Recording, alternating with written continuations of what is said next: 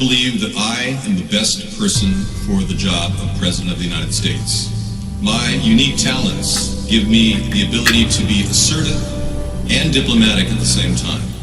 I'm a person who will spike the conversation, who will get politics rolling and stimulate new questions and new answers to our current political dilemma facing our nation. I believe I have a keen understanding of the economy and how to improve where we're at relative to other nations around the world.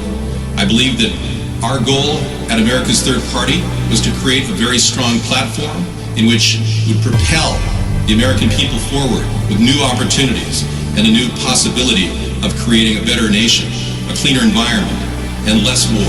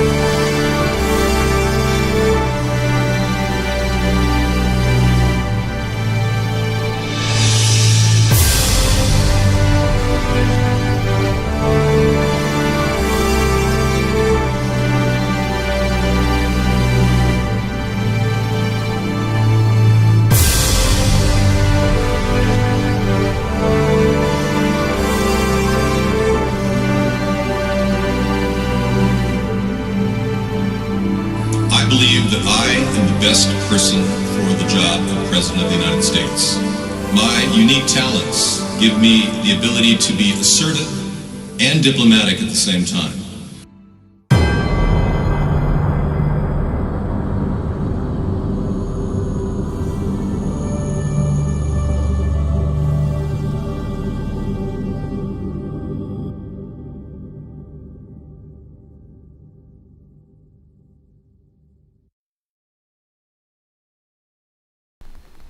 Good evening, hello, welcome to the show. Good evening, everyone. I'm David Sponheim, and we are up and running. Sustainable Saturday, back again. And we also got hybrid capitalism, a big part of our show. People are saying, are you a socialist or a Democrat? I was a Democrat, but I believe that they're not fiscally conservative enough for me. I want to cut the budget in America, but use it effectively to build jobs for people, as opposed to just hand out big, huge price tag projects to military industrial leaders like Lockheed Martin and Boeing and all these companies that suck our military budget dry and don't really produce real effective tools to defeat our enemy. So we have a better, leaner, more agile approach toward the economy, and we call it hybrid capitalism. And it takes the best of all different forms of economics and handpicks it just to bring out the best in our country. And it encourages people to have private ownership. It encourages people to have less taxes. It encourages the government to get a return on investment so it doesn't have to constantly tax people and pay for this largesse of a machine that constantly sucks us dry. And those are your tax dollars sucking out of your pocket. Jimmy Carter did cut the budget more than Ronald Reagan did. Reagan actually said, the problem with government is government. And he went ahead and created a bigger government. It's crazy. Reagan was just a puppet. He didn't even know what was going on. He didn't even know that Iran-Contra was happening. He had to defer to Don Regan on that subject. You hear that sound of your sucking sound? Those are your tax dollars coming out of your pocket. Ross Perot. Ross Perot died this past year. Yeah, the legendary Ross Perot passed away. He got nearly 20% vote, 92, 96. Now, all what the Republicans are talking about is now they want to get the whistleblower to testify. Now they want to get Joe Biden to testify, now that they know they actually have to have a trial. McConnell didn't even want a trial. He wanted to subvert his constitutional duty as a representative of the people and not have a trial, which is the whole purpose of the impeachment trial stage, the Senate. Now that Donald Trump has been impeached at the House level, McConnell didn't want to call any witnesses. But now Trump he can't even stop talking about the whistleblower. They had to purge a bunch of his tweets regarding the whistleblower because they're so insane. And then Donald Trump doesn't even want to testify himself. He doesn't want Donald McGahn, the guy who said that Trump was trying to fire Mueller 5 times. He testified to that effect, which is obstruction of justice, by the way. It's definitely impeachable. And ironically, it's led us to this dangerous position where if the impeachment process doesn't go forward properly, constitutionally, it won't actually meet and comply with the Constitution, and McConnell will be probably, looking at impeachment himself. And I'm the one who's been talking about how Mitch McConnell, the Moscow Mitch, is working for Russia. He gets money from Russia to get reelected. It's unbelievable. Same with Lindsey Graham. The Democrats are not exploiting that because they don't want anyone to know that this guy, Joe Biden, got money from Burisma and Ukraine in the 2016 election. The Democrats have been feeding off of foreign donations too. They don't want anyone to know that. And it's their biggest liability because they really could convince people that Mitch McConnell and Lindsey Graham are on the take if they could only say it, but they themselves are on the take too.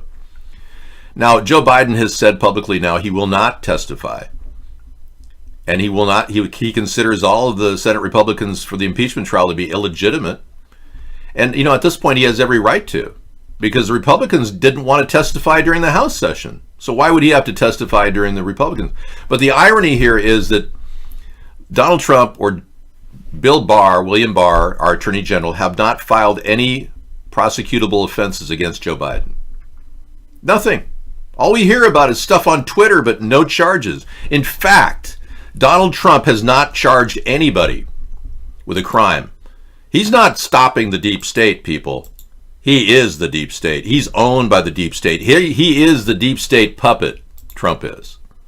And he's capable of doing anything the deep state tells him to do.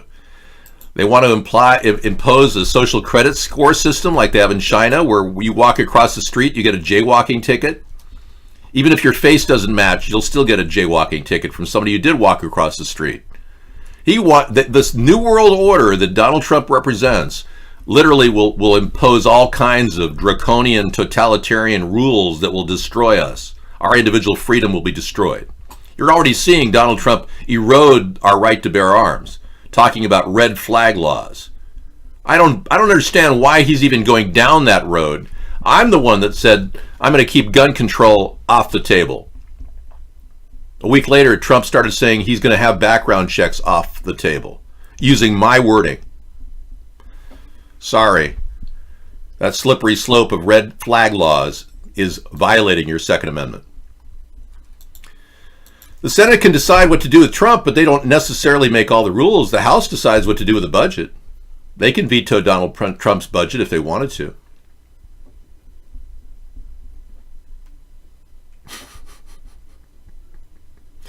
I can't imagine putting an electrical object in a dishwasher. I'm sorry.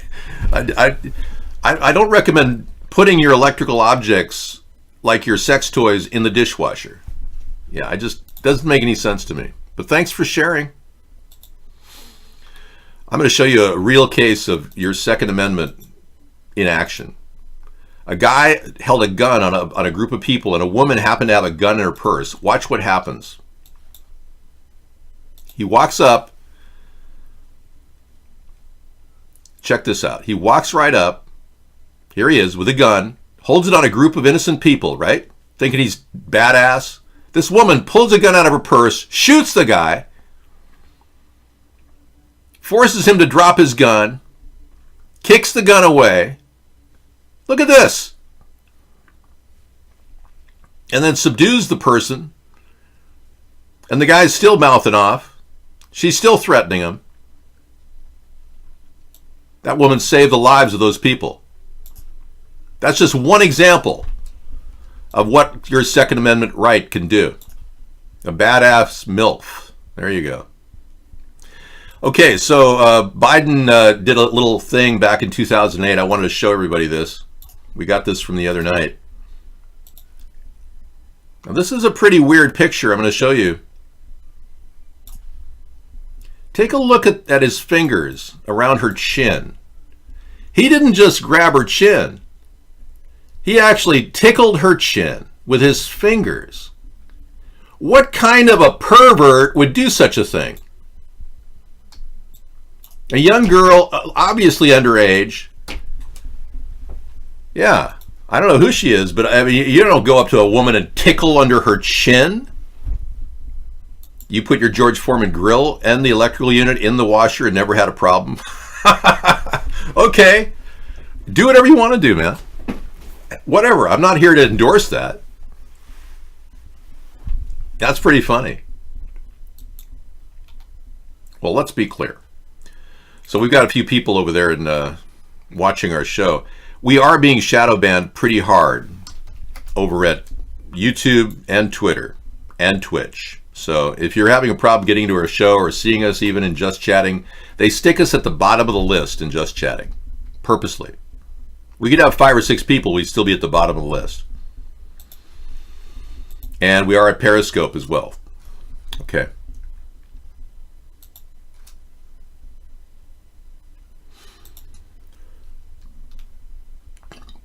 Now, that's not to say the Republicans aren't doing some good work exposing Joe Biden, which they are. But I still don't see why Trump hasn't charged Joe Biden with a crime. He's had plenty of time and more than enough access to information. Yeah, see, we're being DDoSed over at Cool Rock Party, too. Yeah, so what's going on, Nancy? Trump exposes Nancy Pelosi and her son Paul's shady dealings in Ukraine. Yeah, I'm glad that this is going on, but again, no charges, nothing, you know. It's not the first time we've heard of Joe Biden and Nancy Pelosi's son.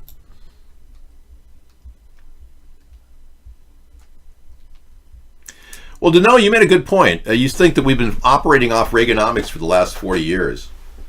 Yeah, I think you're right. The trickle-down economy has created nothing but disparity.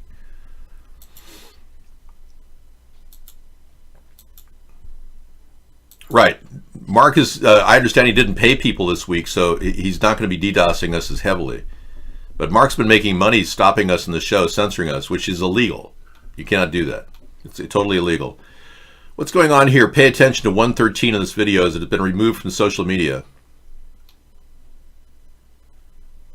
Breaking our crippling addiction to oil. Her message is followed by a promotional statement from her son Paul, who is a board member of Visc Oil and an executive at its related company Energy Lab. My name is Paul Pelosi. Of course, I'm on the board of Viscal Oil.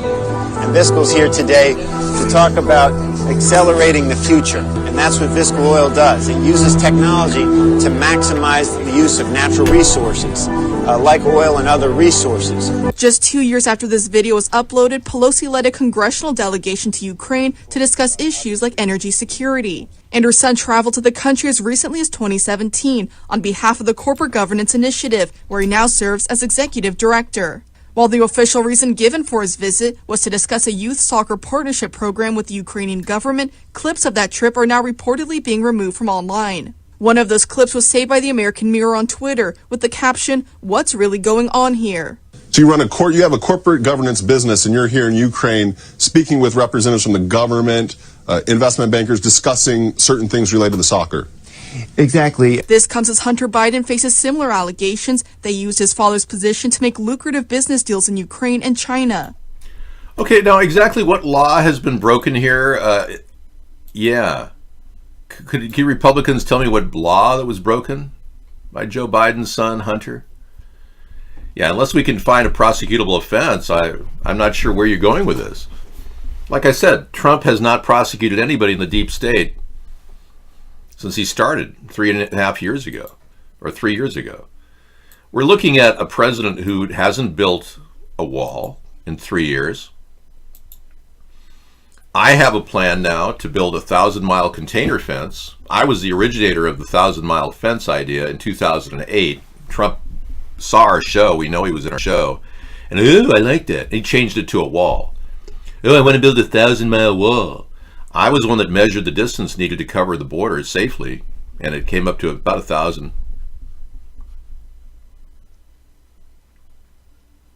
I'm not hating on Trump at all. I consider him an active agent of Russia working as our president.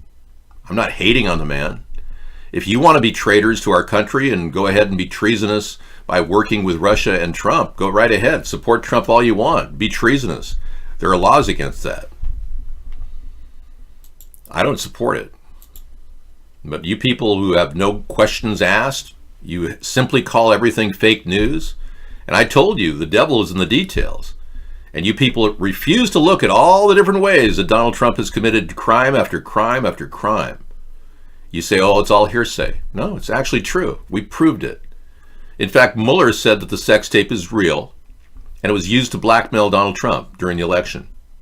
That would, to me, is breaking news. But for some reason, Mueller said it wasn't part of his purview. And then it just disappeared, the story. Mueller did not do a very good job. Of the 448 pages, we still don't even know what the redactions have in them. And they should have been released months ago. Redactions were based on Roger Stone's trial, and we're looking at all these redactions, the black parts in here. We still don't know what's in there. Yeah. All we know is the areas that they were supposed to cover. And it was all about the Russian interference in our election. So, whatever those redactions are, we'll have to ask ourselves later. Meanwhile, the container fence idea could be really viable. We could have this built within a year. Trump in 3 years hasn't built more than 100 miles of some slat fence that people have been crawling over. We've shown photographs of illegal aliens climbing over with a hang ladder. His slat fence is a joke. With this type of a system, we could paint the walls pretty colors, do murals, whatever. We can also put a covering of extremely slippery material on here. You notice the lines go up and down. You can't grab them. Well, you try to grab on those, even with a magnet. You have a hard time, your magnet would slip right down.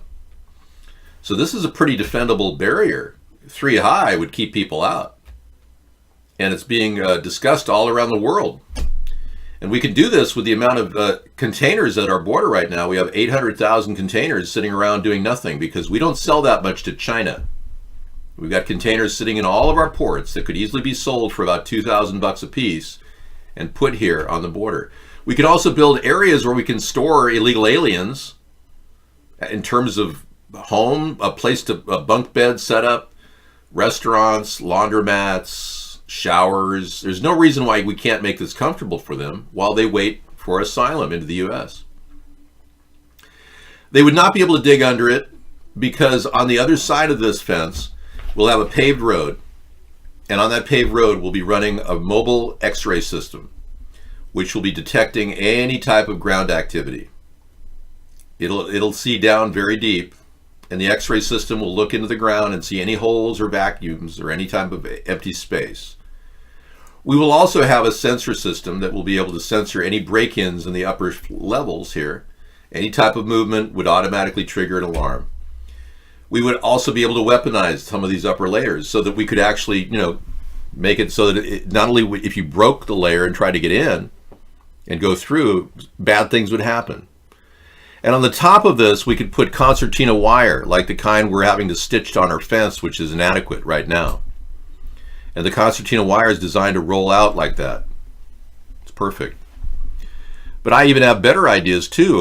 The possibility of using an active denial system ahead of this to prevent this from actually anybody even getting there, or maybe behind it, an active denial system, so that nobody could actually get past this area. Microwave radiation has been toned down to the point where it would really be painful on their skin, but it wouldn't kill them. Now, I don't want to do that, but we could do that. And I'm not planning on killing anybody. My point is, we want to make a barrier that people can't just jump over. Now, why would we put a fence up? A lot of Democrats say, why would we need a fence? We could just share everything with everybody around the world. Because we're already running at a maximum level in our education system and our medical system. We're running out of money. We can't compete the need to constantly help with healthcare, bringing illegal aliens into our country. A lot of women stay at the border near Nogales and scurry over the border when they're ready to deliver. This is happening right now as we speak. Trump never stopped that process. Trump never stopped the refugee resettlement program that Obama put in place through the UN. He never did anything to stop that. So they're still shipping people into the U.S., into cities like Madison, Wisconsin, Minnesota. All kinds of illegal aliens are flying in on jets run by the UPS. But you didn't know that. Springfield, Missouri, they come in at night under cover of darkness. It looks like a UPS shipment, but it's actually illegal aliens. Trump hasn't stopped any of that. We've got 1 million people amassing at our border every year, on average. Trump is sending them to concentration camp environments where they're being treated like horrible. And then he misplaced 5,500 kids and separated them from their parents, and now they don't even know where their parents are. So we got 5,500 kids that didn't have a Christmas vacation. They didn't have a Christmas. They had Mylar blankets and zip ties and wipe-it napkins to wipe their fingers and their bodies off. They get one wipe-it a day. That's their shower. Here's your wipe-it. And some of you people who don't care about the illegals, don't even care about their rights or their treatment, you just assume they're all dead. Many of you Republicans would probably want to just kill them all. That's the kind of people you are. Well, you're the kind of people we don't want in our country. We want you traitors out of our country. We have a nice country. We don't need traitors and retardicans turning our country into a Nazi concentration camp. So when I become president, I plan on offering a free ride to all of you retardicans on a merchant marine vessel to Moscow, where you can find a new home in your chosen world in Moscow. All you retardicans can go back to the country of your choice, obviously Russia, that pays Donald Trump's bills, that finances his growth and financial growth. Just become a Russian. We don't need you people in this country. And you're the ones that are white supremacists who hate on gay people. You'd be fine living in Russia. White supremacists and anti-gay people would be doing great. You could live in Moscow and worship Putin. No, America is not the greatest it's ever been. I just showed you an article in our pre-show that's pretty serious. Steve Mnuchin cannot explain why $1.5 trillion in $100 bills have disappeared. Yeah. He's been funding this whole process. Here he is. Yeah, he's been funding the whole process of propping up our government. There are more $100 bills in existence right now than $1 bills. U.S. $100 bills have doubled in circulation since the global financial crisis, overtaking the U.S. $1 bill. He's simply throwing money into the system to make the stock market look like it's doing really well. So you retardicans all think, oh yeah, everything's great. Donald is really helping.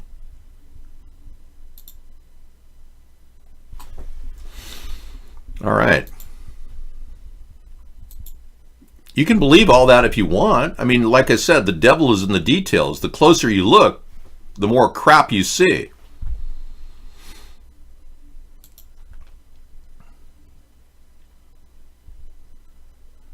Yeah. You went to RT.com? I think Russian television is a propaganda tool. So we don't normally play RT except when they take on weird stories that we just don't play in the mainstream media. Trump is the worst. He's working for Russia. Are you retarded? Are you retardican? Would you like to collect a few brain cells tonight and learn about Donald Trump's involvement with Russia? No. Okay. Well, maybe you're just a big supporter of the Democrats and you believe in your leader. I can't talk. What do I do? I can't talk. What do I do? I can't talk. What do I do? I can't talk. What do I do? It's a good question. I think when you have 3 aneurysms like Joe Biden has had, I don't know, I'd rather have 3 aneurysms than somebody's, body parts sitting inside of me like Pete Buttigieg. You don't want Republicans or Democrats leading this country. I know. They're both turning to Americans into slaves. I agree.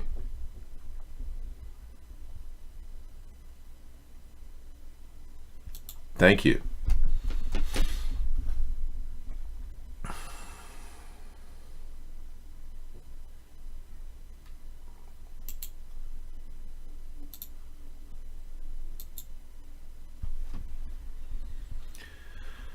Okay, Netanyahu is still in charge of the Likud party, but he's still, having to grapple with issues like corruption and graft within his tenure as the leader of Israel. Israeli Prime Minister Benjamin Netanyahu won a primary election to maintain control of the Likud ruling party Thursday. He's led the party since its inception, so it's no big amazing thing. This is allsides.com has balanced news. Wealth of the world's 500 richest people grew 25% this year. This is the problem. Donald Trump has given them nothing but breaks. Amazon doesn't pay any taxes. You'd think one of our biggest companies would pay taxes, right? But no, they don't. ExxonMobil doesn't pay taxes. We're getting no money from these people. And now with Trump and the Republicans deciding to give a $5.5 trillion tax break for the rich over the next 10 years, we're going to run out of money. The world's richest people increased their collective wealth by 25% in 2019. Can you make 25% on your bank account? You will be lucky to get 0.01% on your bank account. All of these people made collectively $1.2 trillion over this year alone. Their money makes their money bigger. They're smug, they're rich, and they're really, really sick because what they're doing is using their power to create more power. The system is rigged against the average man. Now, if you think Bernie's going to start helping you, think again. Bernie Sanders is in the 1%. He makes millions of dollars a year. He's a big corporate scumbag, just like all the others in Congress. But Bernie likes to talk a mile about how he's going to stop Wall Street. In all the years that Bernie's been in the Senate, has he ever stopped Wall Street?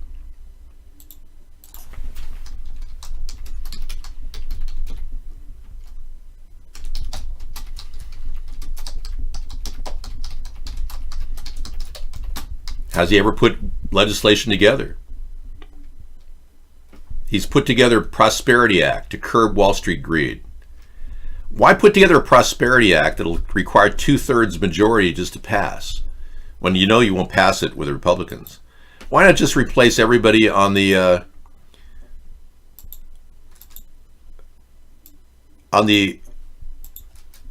commissions that oversee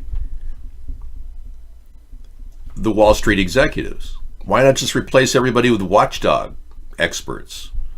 Security Exchange Commission could have watchdogs on it. You know, when Obama became president in 2008, he said he was going to do something about Wall Street. He kept everybody in the same position for the full 4 years. Not one person lost their job on the Security Exchange Commission. Not one. We don't talk about other presidential candidates here, okay? Yeah. Thanks. I'm talking about Bernie Sanders. Is Bernie Mac still alive? I thought he passed away.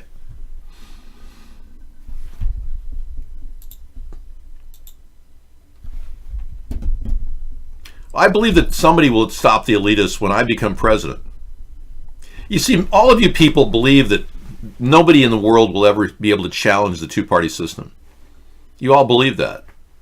When I've already made major inroads and reached millions of people around the world talking about this, you Americans are just like, no, I don't think anything's going to happen. You're the problem. You're actually the problem. Your cynicism is the problem. Let me just tell you one little thing. If we could get all the people that don't vote to vote, that's 55% of our population to vote, we could easily beat the two-party system. We could easily get rid of the elitists. Easily.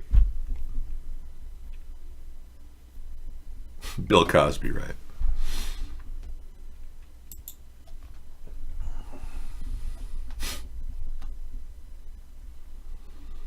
I just think people like this guy, Mark Zuckerberg, and many people believe that Mark Zuckerberg is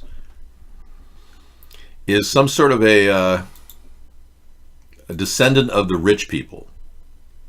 Now, the fact is there is no history of Mark Zuckerberg's family except the recent history that was put in the wiki. They have developed a fake story about Mark Zuckerberg, how rich he is, and how his family moved over here in the 1890s. Well, we did a really exhaustive search on Ancestry.com, and we found out that Mark Zuckerberg's family didn't really come over in the 1890s, that didn't even exist. And he's not a very smart guy, because you know something? Last week it was revealed that nearly 300 million Facebook accounts had been compromised, and they're on the dark web. And this guy didn't even secure those accounts. And he's had every chance to secure those databases, and he hasn't. He's kind of an idiot. Yeah, he's not smart. He stole the idea from two guys, the Winklevoss twins, and then he settled out of court for $160 million. No, Mark Zuckerberg's family never arrived here on a boat, because it's a made-up name. Yeah, he is a rich idiot. There are a lot of rich idiots out there, people that inherited their money. You know what makes me think that this guy is not a self-made guy? When WhatsApp was up for sale, the highest bidder was $10 billion. That was Google. Mark decided to give them $19 billion. WhatsApp's. They had 4 or 5 competitors at the time worldwide, but he wanted to give them $19 billion. They haven't even earned that back. He threw $19 billion at something he didn't have the money to do. That's because Mark Zuckerberg is not really Mark Zuckerberg. I know. This came as a shocker to me, too. He's the grandson of David Rockefeller. And I know that because Mark Zuckerberg didn't exist prior to 2001. Right around that time period, a guy by the name of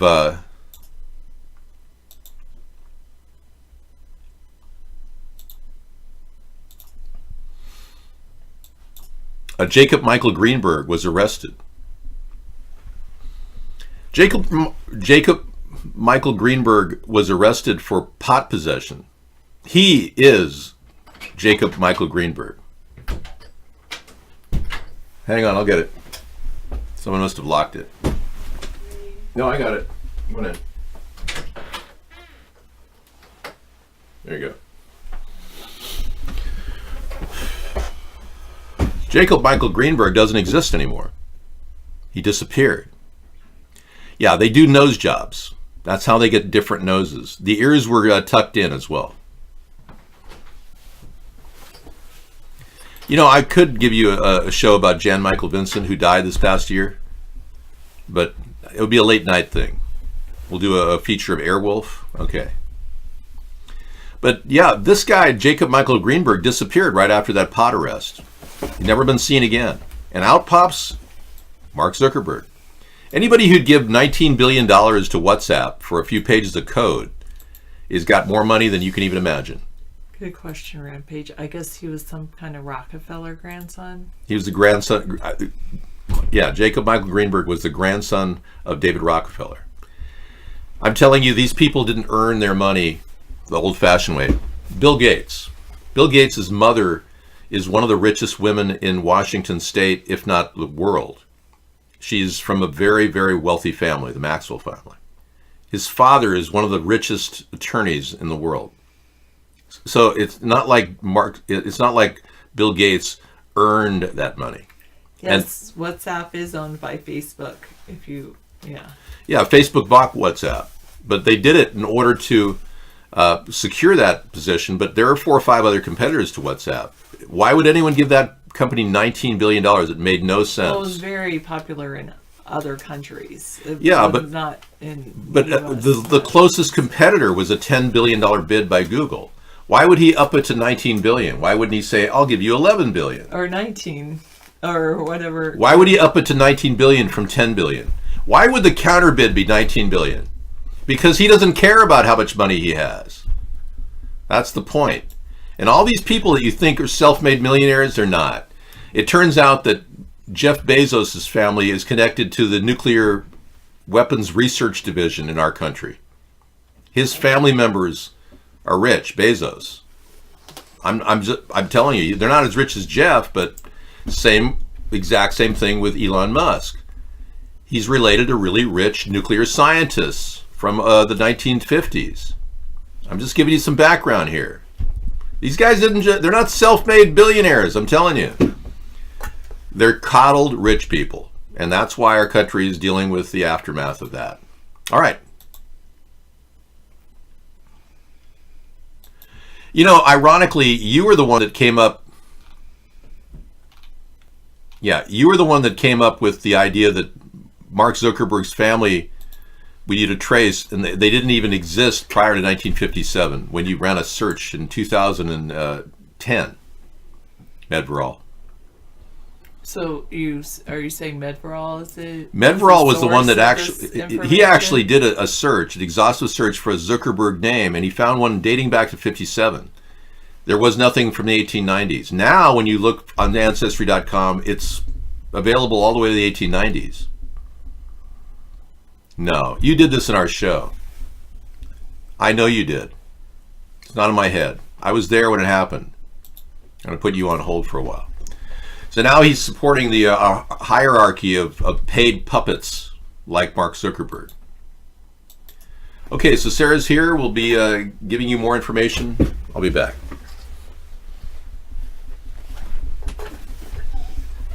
Okay. Yes. You like this green hat? I don't know. It's kind of cool. No, it's not that cold, but I remember somebody said they liked my green hat. And I like my winter jacket, so that's it. Shall I be like this and go to like, I'll take everything off and then I won't be wearing any clothing. And then you'll be like, oh, Sarah's warm.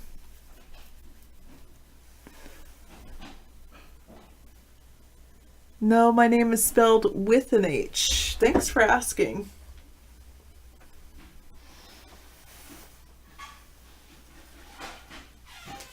Hello, Howie.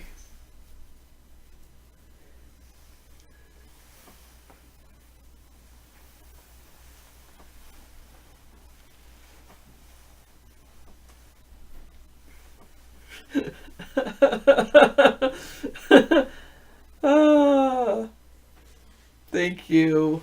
Thanks, Sparkle Horse 5.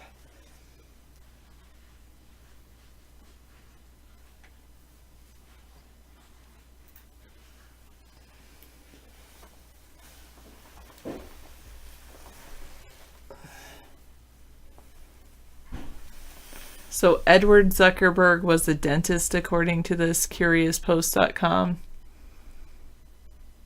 And it's considered a primitive version of AOL's Instant Messenger, which came out the following year. And Mark Zuckerberg did it at age 11.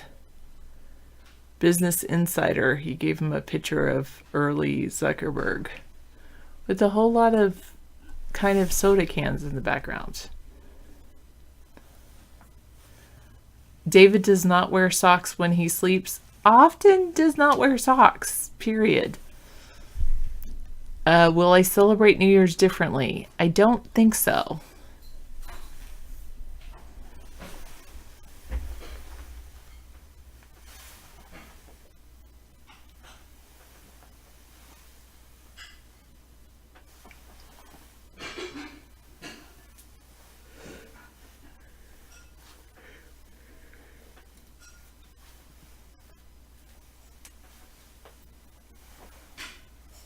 There are about 10,000 dentists named Zuckerberg. Oh, thanks, Chucklehead Charlie. I wear socks when I'm sleeping. Yes, I do sometimes because I have very very cold feet. And it's just an attempt to get them a little bit warmer. Yeah, like Bingolitis. Oh, and that's a good one to keep your toenails from ripping the sheets too. Yeah, that's another one.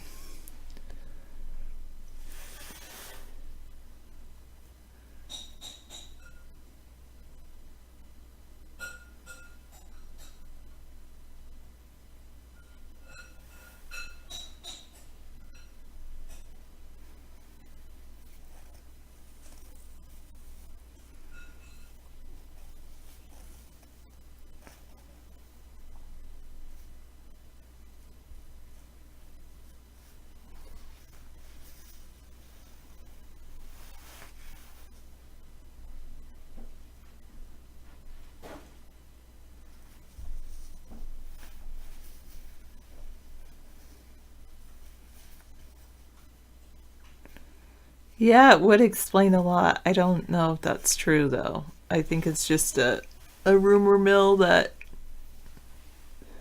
David found and latched onto. You need to buy a... Oh, yeah, you need to buy a portable charger for your USB heated insoles. I remember you bought those for your feet. Yeah, that's a good one, Donald Trump. Not... wear socks in bed because you don't like stepping on a cold floor in the middle of the night. Yeah, that's a good reason.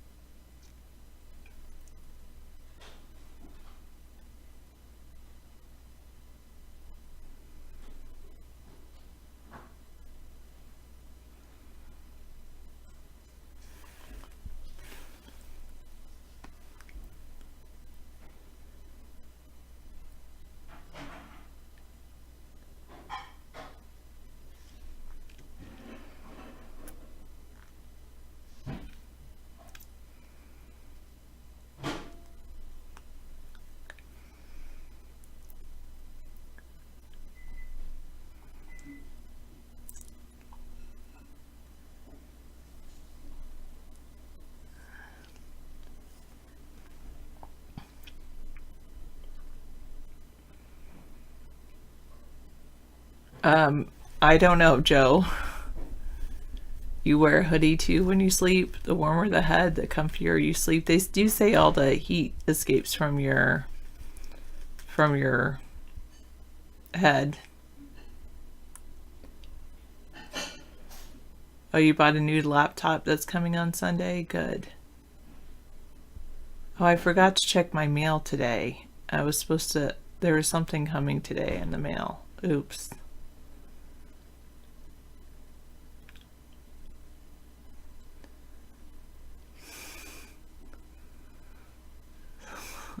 Soundless fart. I don't know. I think like some people must have posted that theory and then it just jumped on it. And I think he thought that you were the one that posted the theory originally. I am back to watching Amazing Race on Amazon. That's what I'm currently watching. I'm at an MSI is an amazing laptop. I'm at season 27, but while it's more like in the background, I let it play while I play a game on my phone. Lately, I've been playing Rise of the Blobs.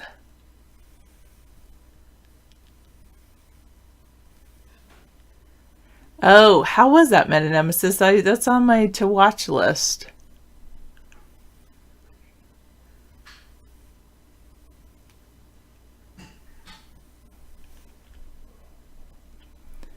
Took forever to get things droned from China this year, about 3 weeks more than usual.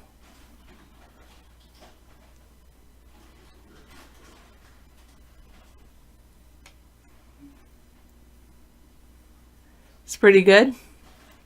Really? Or it's that good you can't wait for season 3? Very good.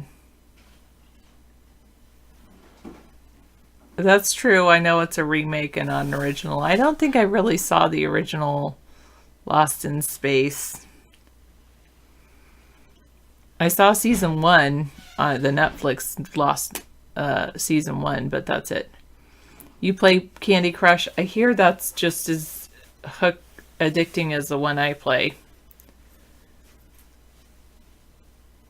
You're freaking out. Season 1, 2, and 3 of Mandalorian is great. Mandalorian, huh?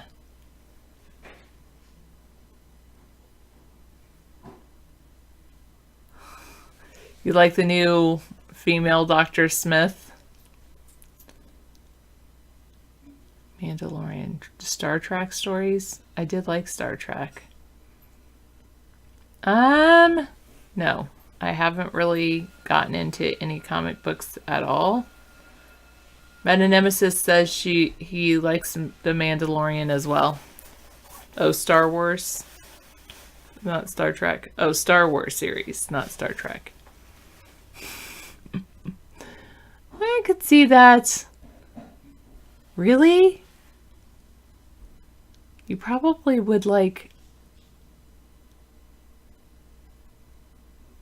Connie then.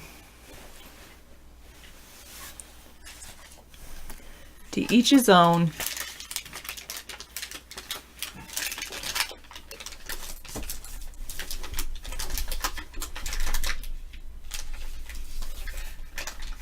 Oh, weird, Donald Trump not. Sorry you had to see that.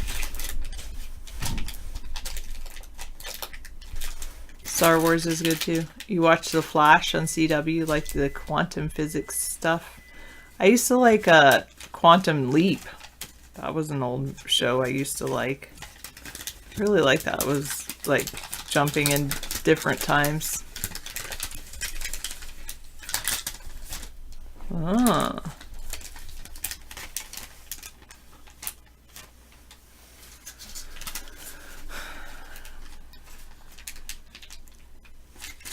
Well, this jacket, David surprised me with this jacket. It's very cool. Yeah, back in the day.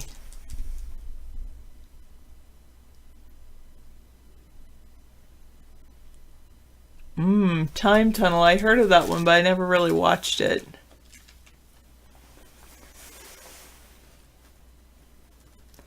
Yes. Great taste and getting this jacket for me, I agree.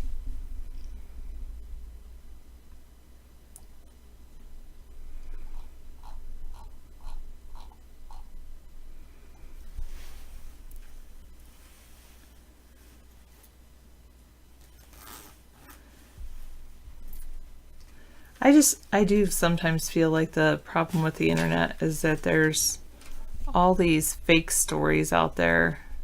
And people get hooked into believing them.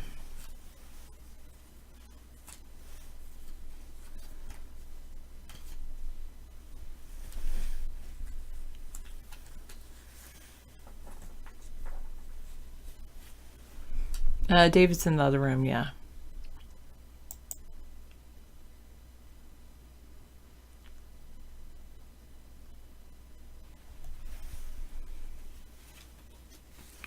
And it's just frustrating. Your Secret Santa got it right. You're amazed how could she have guessed using your psychological profile? Wait, what? I don't know.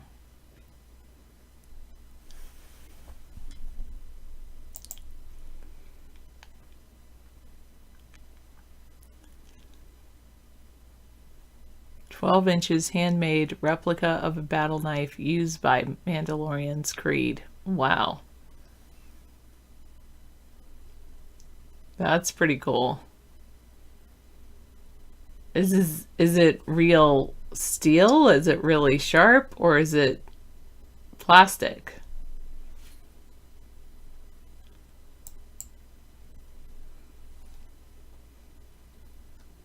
Even people that don't know you know you. That's cool. How did you manage a Secret Santa thing? Hello, Sultan of Swing. Nice to see you. Real. Very good. Awesome steak knife.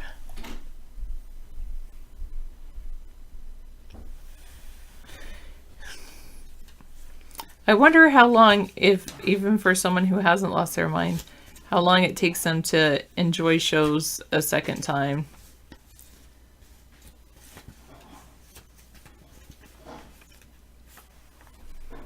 Because maxed out credit put one positive thing about losing his mind is that he's able to enjoy all the TV shows another time around.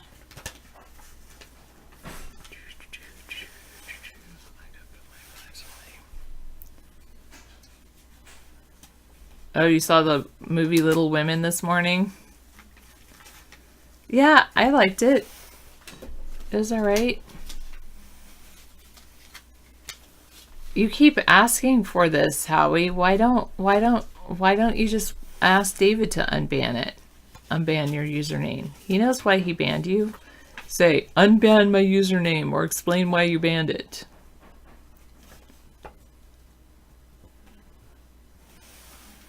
Yeah, good actors in it. Yeah, I would agree with that. Well, Maxed Out Credit said he just watched Little Women. He's a gentleman. So.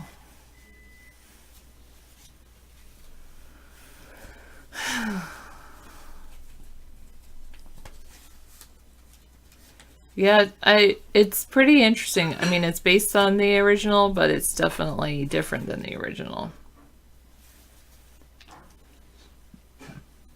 No, there's not a Little Men movie too.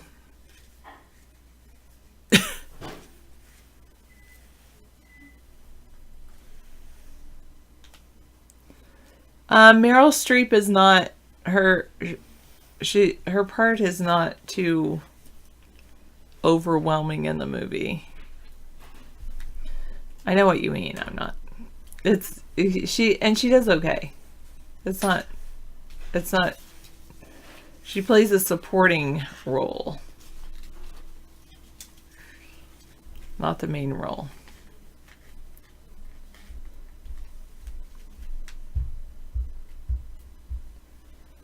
Well, Sarah enters the show like Linux. It's a new school scenario. Maxed Out Credit said they actually did a good job of making it into a movie he can stand.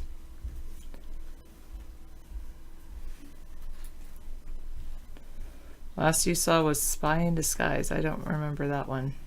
Excellent. Excellent. Hello, Junior. All right, I'm going to...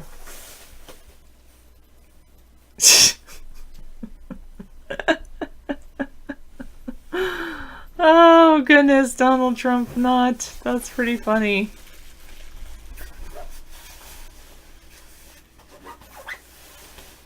Oh, Spy in Disguise was a cartoon. I wonder. Was that just recently released?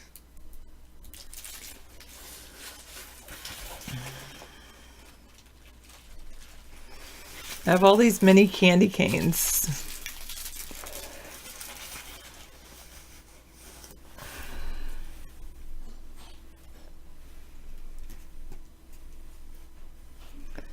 I don't necessarily think that's the definition of someone who's woke.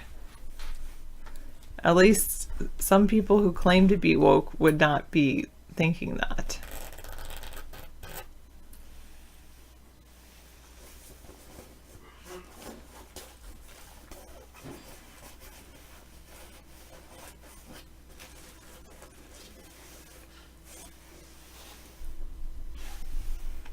Okay. Probably won't do that, but thanks for the link anyway. Meow, Medroll. Media Verification Alliance. So funny. Ah. gosh.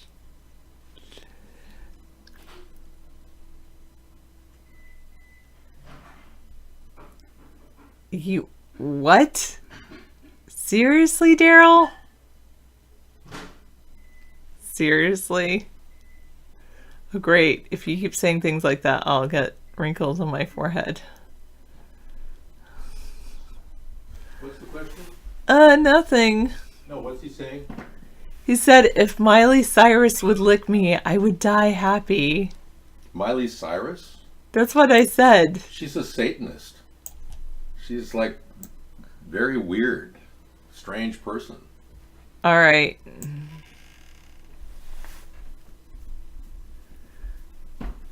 Exactly. So I told David about my problem trying to run OBS on a 32-bit system on Ubuntu. I got OBS, I don't know, maybe I need an older version of it or something, but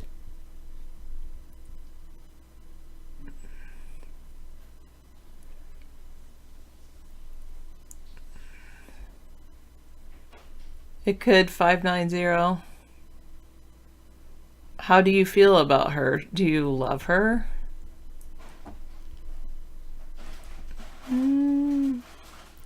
It's great living with David. He has his house totally paid off. He cleans. He keeps a very clean home, so that's nice. He shows me lots of love. He doesn't complain if I make a mess. So it's really, and he got me this awesome jacket. So overall, it's really great living with David.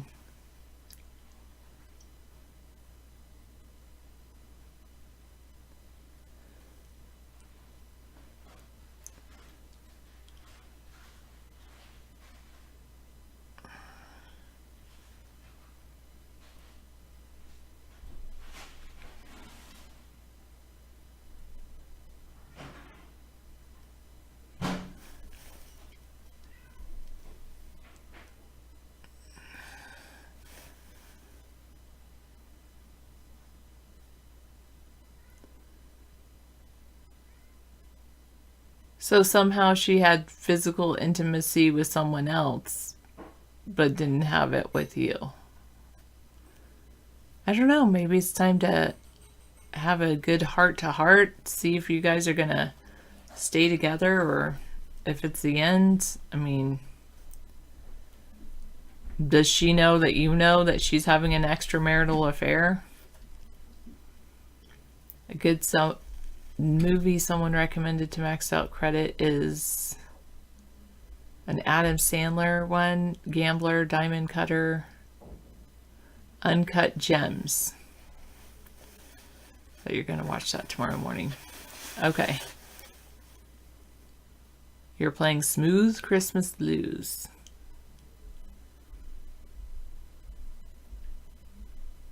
Thank you, Chirac Party. Oh, Adam Sandler in a serious role, not his usual stuff. Interesting. First public 128-bit system due for June 2020. All right. That's good to know.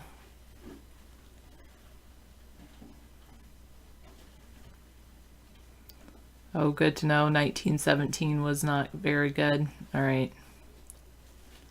Huh. Well, I do have a 32-bit, a 64-bit system. The 32-bit system, I have it, but I don't use it anymore. So that's why I was thinking of trying to play with it. And then this 64-bit, David has all of his audio stuff on it, and I did manage to get Arch Linux and a VirtualBox on it, play with that a little bit.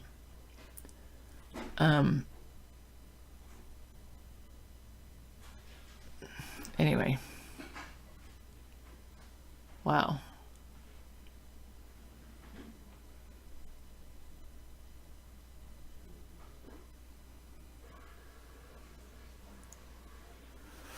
All right, thanks, True Blue. You have unique sets. You have any unique set of challenges, you and your wife?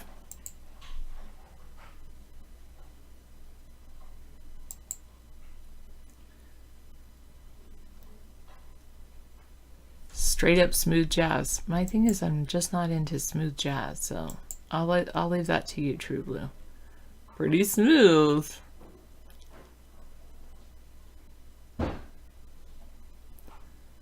You found an old VIC-20 in a storage locker?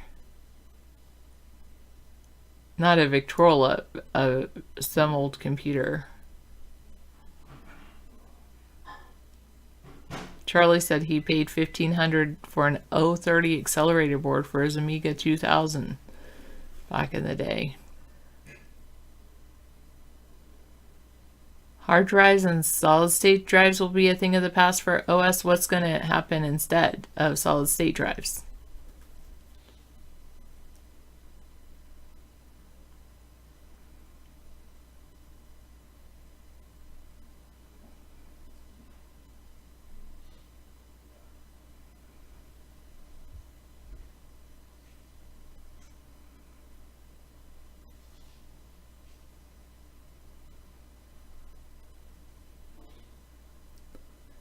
It's just for skiing, Donald Trump, not. Maxed Out Credit said, well, he paid $1,200 for a ZX80 board for his Apple II. And Chucklehead Charlie said the price he paid was a bargain back then. Full memory access, instant load will be the thing of the future. Hardwired memory. Wow.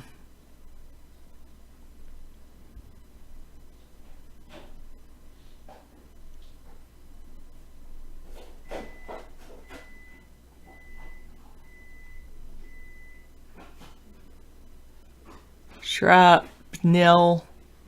You can listen to Medveral. He says 16 gigs is okay, but if you want to run Windows 10, you're probably better off with 32. But maybe you want to go for Linux instead. Some flavor of Linux.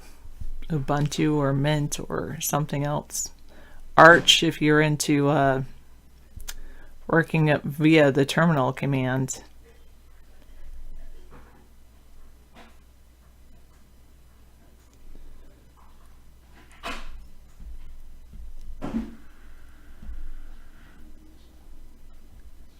Oh, your wife has weight gain issues and unrealistic expectations. Maybe you have unrealistic expectations if you don't want to accept her weight gain issues.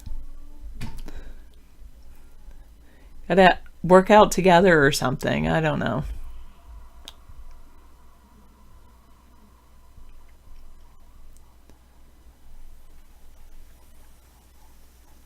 When you're in college, only one person had a calculator. And that was The Millionaire's Son, and it had one memory, a red LED display. Wow. See, it's hard to believe that my old 32-bit is outdated, but I guess it is outdated. I mean, I don't use it anymore, so therefore it must be outdated.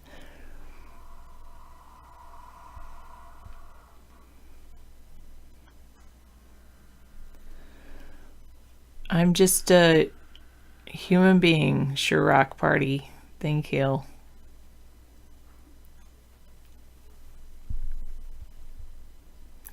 Wait. Yeah, you're right. You don't want to run a 32-bit. You can't run Windows 10 on a 32-bit. I have Windows 7 on there, and I just made it dual boot to an old version of Ubuntu.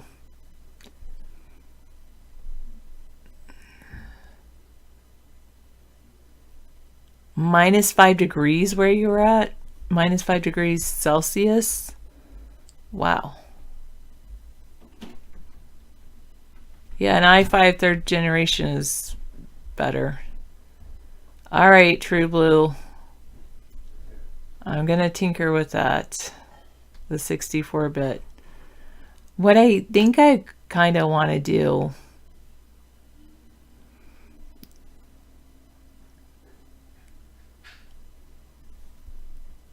I guess I'll just run Ubuntu desktop or Ubuntu server. Because someone told David to run OBS on Ubuntu. Minus 11 degrees Celsius where maxed out credit is. Wow.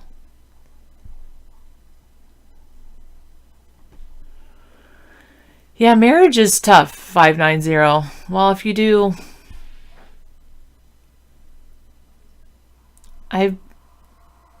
I'm glad I wasn't legally married, but I've been in a relationship for 2 decades now.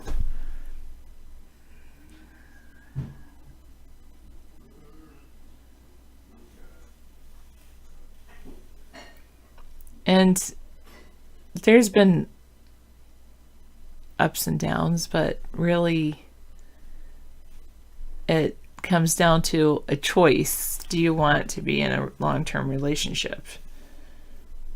I mean, part of me envisions being in a 50-year relationship, and if I'm in a 50-year relationship, I've got 30 years to go. But then I wonder... I wonder if anyone's like... Well, never mind. I already answered that question. All right, I'll take over your dinner. You just go ahead and help yourself to the beans and chicken. Oh, thank you. You can have all the beans if you want, if you're hungry. Well, I'll leave some for you. You don't have to. It's okay if you're hungry, if you like them. Yeah, we're both... yeah, and hopefully you can be good friends with your wife, 590. Yeah. 590 is going through a tough time. Oh, wow. His wife is So having she's a cheating thing. on him, and... But then she says that he wasn't ready for... He isn't married... He's married to her, but he doesn't think he was ready for marriage. I think it's a he, but I could be wrong. But she's cheating on him? Yeah, but he said that she had weight gain issues and Oh, so... unrealistic expectations and... Well, then I guess he has to figure out that maybe this is his opportunity to find a new mate too. You know, if he just wants to be friends with her, but look for a new woman. I mean, it's a shame that it has to happen this way, but all right. That's a tragic road of tears that I don't want to get too deep into it because you know he's dealing with a lot of emotional problems right now. That's a tough situation you're in. And then we're comparing notes about different things. This is your account, Wild Heart? No, Wild Heart is that person's account. Oh. We were talking about Sorry. a 32-bit, not, you know, and some people are encouraging me to use a 64-bit. Yeah. And Medveral says that they're coming out with a 128-bit in June of 2020. There are no 128 bits that are out currently.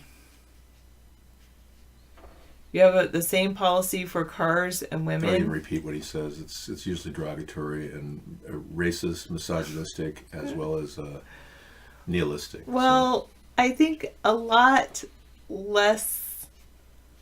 There's going to be a lot less people as time goes on that are in long-term relationships. I don't know why. We all, you know, it's been a model for humanity for a long, long time. The fact that we're living in a nuclear family age where we're being driven apart by demands on our culture. That's it. Means that we should actually start working in the opposite direction. I don't just cave in to, like, I could say that we're headed towards social credit scoring like China has. I'm not saying that that's like the way to go. I'm just saying that I think that it's going to be more of a rarity than the norm. Maybe, Maybe, but maybe That's what I not. think. Maybe we can have a resurgence in interpersonal communication and appreciation. Maybe we can. Maybe that we. Why do we have to look at it that way? Let's look at it as maybe that was just a trend.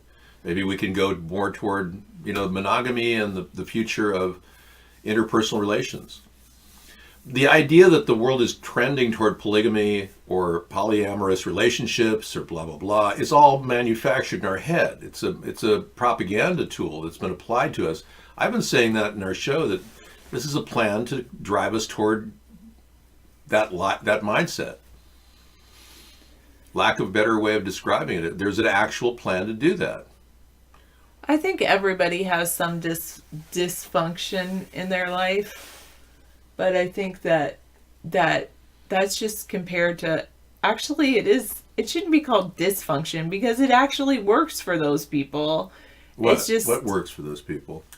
however people live and might be different than other people. Is that why the suicide rate among transgenders is 20 times normal?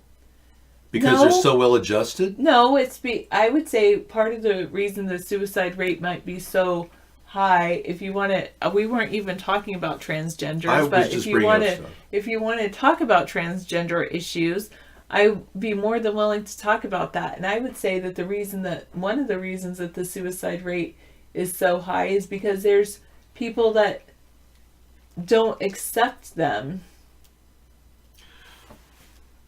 If I had to live with the idea that I'd be accepted for being different than others, I don't know how I would draw a breath. I mean, that's the Well, irony of there's the a lot thing. of Once you people accept that- that you're transgender, you're going to be treated differently. That doesn't make being treated differently any less upsetting or depressing. Chucklehead Charlie says the percentage of transgenders in the population is so low, this is a case of the tail wagging the dog. I totally agree, Chucklehead. Yes, so why do you I always agree. talk about transgender issues every It's being night? brought up all the time in our media. By you. No, Taylor Swift, I don't think, the I think whole, it's you being saw that brought up, video like, yesterday. by you all the time. That Taylor Swift video is at the top of the charts right now. yeah. And people just love it. And it's like they love pushing the envelope on polyamorous relations, et cetera, et cetera. I So would just say, I think people are just trying to be liberal in their mind without realizing that, hey, we already had peace, love, and understanding back in the 60s, and we went past all these barriers. Many of you are now having to force the issue upon your children because your school is talking about it. You know? I just don't know if people really are ready for that. I think the average person is just like, yeah, we've made our decisions in life. We don't want to be told what to do. Miley Cyrus, another example. She just got out of a marriage, then she got into a lesbian relationship. Now she's out of that. It's just the story is kind of the tail leading the dog. I agree. I feel like it doesn't. I think that I'm going to accept everybody the way that they are and Well, try to love everyone the way that That's they beautiful, are and not yeah. be judgmental. I'm And not and I'm going being judgmental. one of the things I'm not saying that you are. Mm-hmm. I'm going to even accept that some people are judgmental. And I'm going to just accept people. Exactly. And I don't want to force people to think a certain way. That's my big thing. I don't want to force people who are individuals to be collective sameness. I don't want a whole group of people to suddenly get tattoos because they think that's being different, when they're all being the same, getting tattoos. I'm okay with people having their own personal lives in any way they want, as long as it doesn't impinge upon my personal freedom and my individuality. That's all I care about. And I think that's true with almost everyone when you look at it. You know, we don't have an overriding need to be a collective. Now, with social credit scoring coming, God knows what they're going to try to issue, and an AI will be backing the social credit scoring. It's already happening in China, where people who are walking down the street, who cross the street illegally, get a jaywalking ticket. But anybody who looks like them gets a jaywalking ticket too, believe it or not. China is creating a bureaucracy that is so unbelievably disturbing and overriding that it will actually take away all of their people's freedom, whatever's left of it.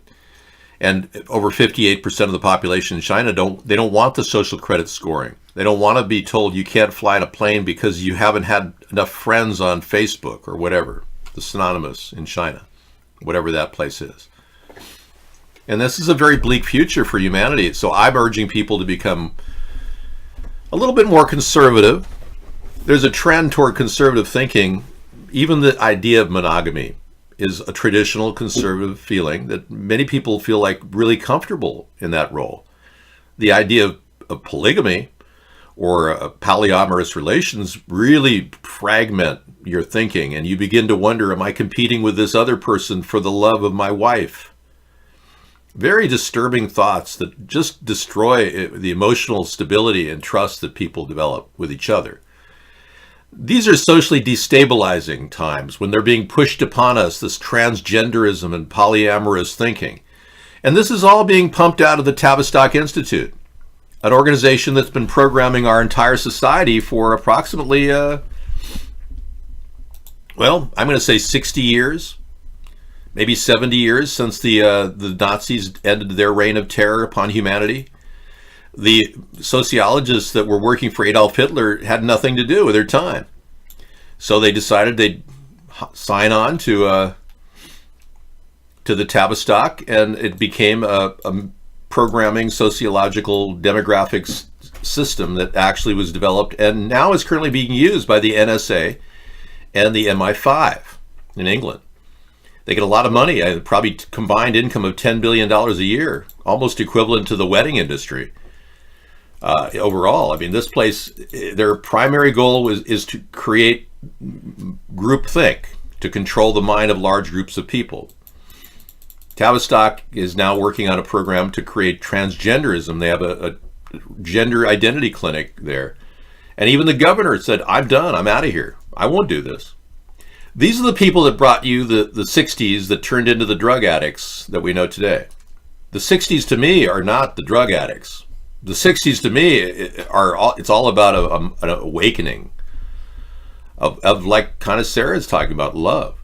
But now the Democrats want to push that ethos on people. They want us all to be liberalized to the point where we're all bending over and greasing up and grabbing our ankles and saying, "Do me!"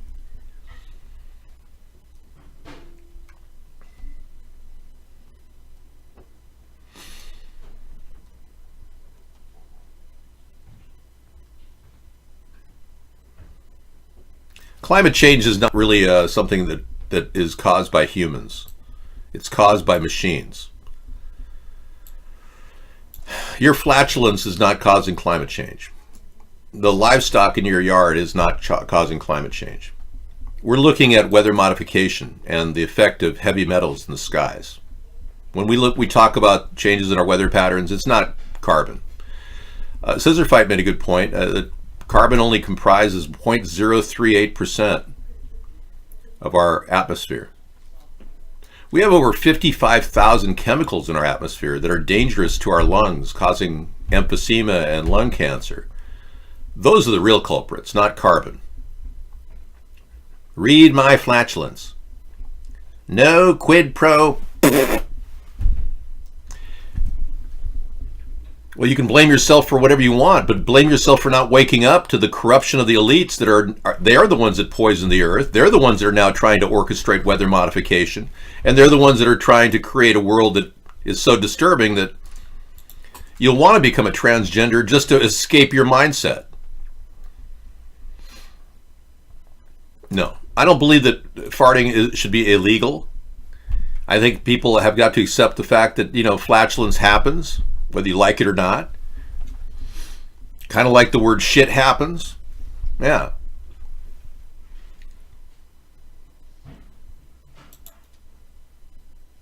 Okay, watching a few minutes of this, you'll never look at the world the same again. Longines chronoscope. Okay. Well, tell you what, Richard Byrd has a discussion, a very old video. I'll play that tonight, okay? Thanks. Publicresources.org. I don't know what it is, but... And then you got a story, Sherrock Party. Boris Johnson can allow Chinese tech giant Huawei to provide Britain's 5G networks, say the UK security chiefs. Yeah, Boris Johnson is a corporatist who is apparently working for the Rothschilds. He frequently meets the Rothschilds. I've seen him in pictures with Jacob Rothschild. Of course, he wants to bring on Chinese 5G networking and communication, but there has been no serious long-term studies of the 5G network, yet they're spinning it out left and right, and they're wondering why people are getting brain cancer. Gee, I wonder why. Because the 5G networks are not safe, and Boris Johnson doesn't care. He simply works for Jacob Rothschild. Ha! Yeah, the serious problem with that guy. He's working for the man. He's a suck-up. No different than Macron, who was a Rothschild banker at one point.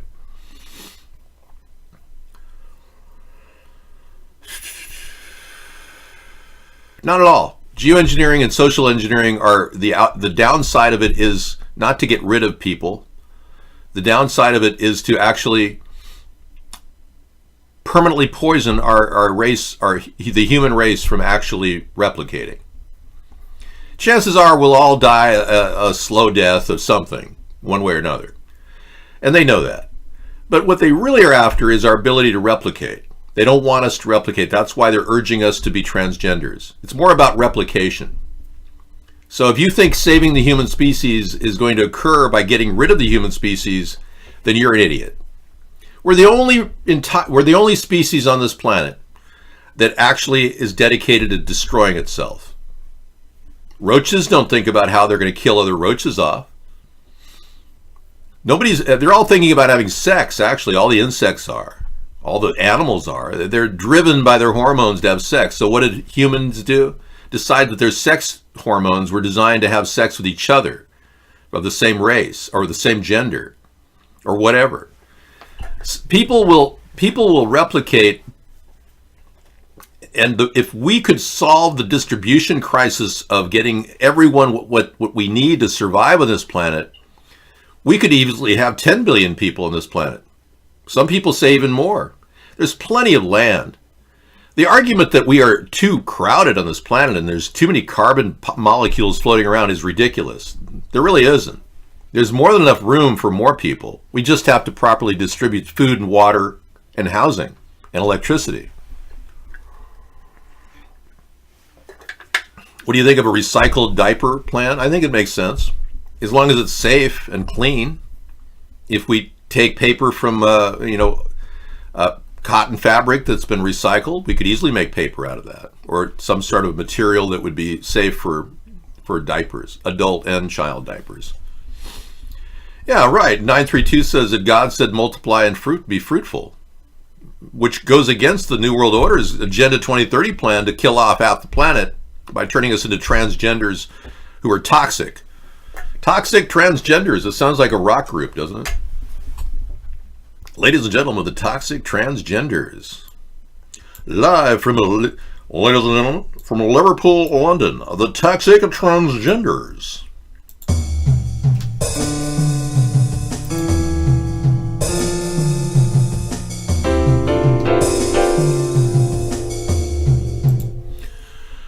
Okay.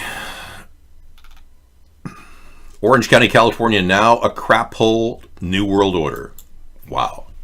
You know, I heard that pedophiles were running rampant in Orange County and LA. There's so much money in that area that pedophiles are it's like a pizza organization. You know, people call up for whatever they want and they get delivered to their house.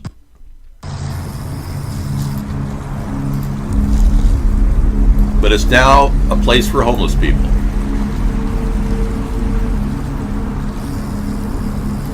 Look at this.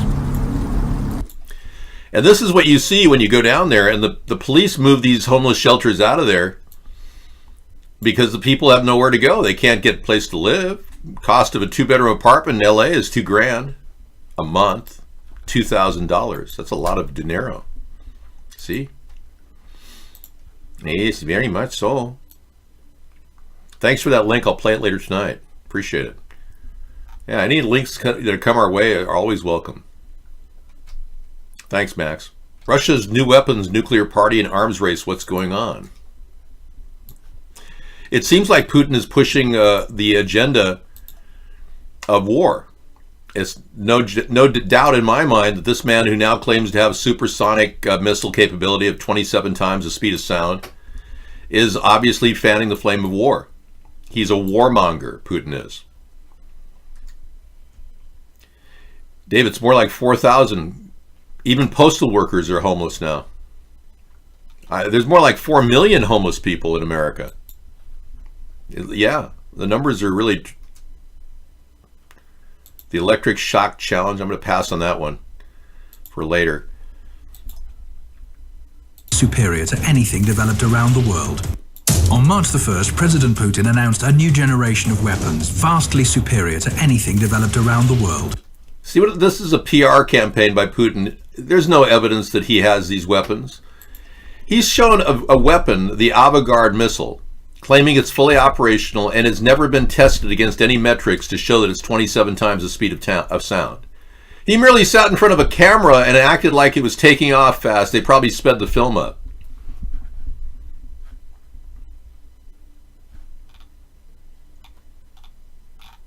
What is there to read? I mean, I'm looking right at the video.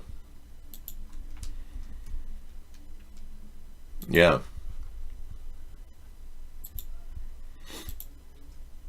He hacked up to 44 felonies and he's a teen. This little gangbanger snitched on all his friends as well as, I don't really want to talk about that story, Howie. Yeah, that's no longer relevant. Give the homeless the mail to deliver. They're just walking around anyways. Yeah. I'm sure we could trust that.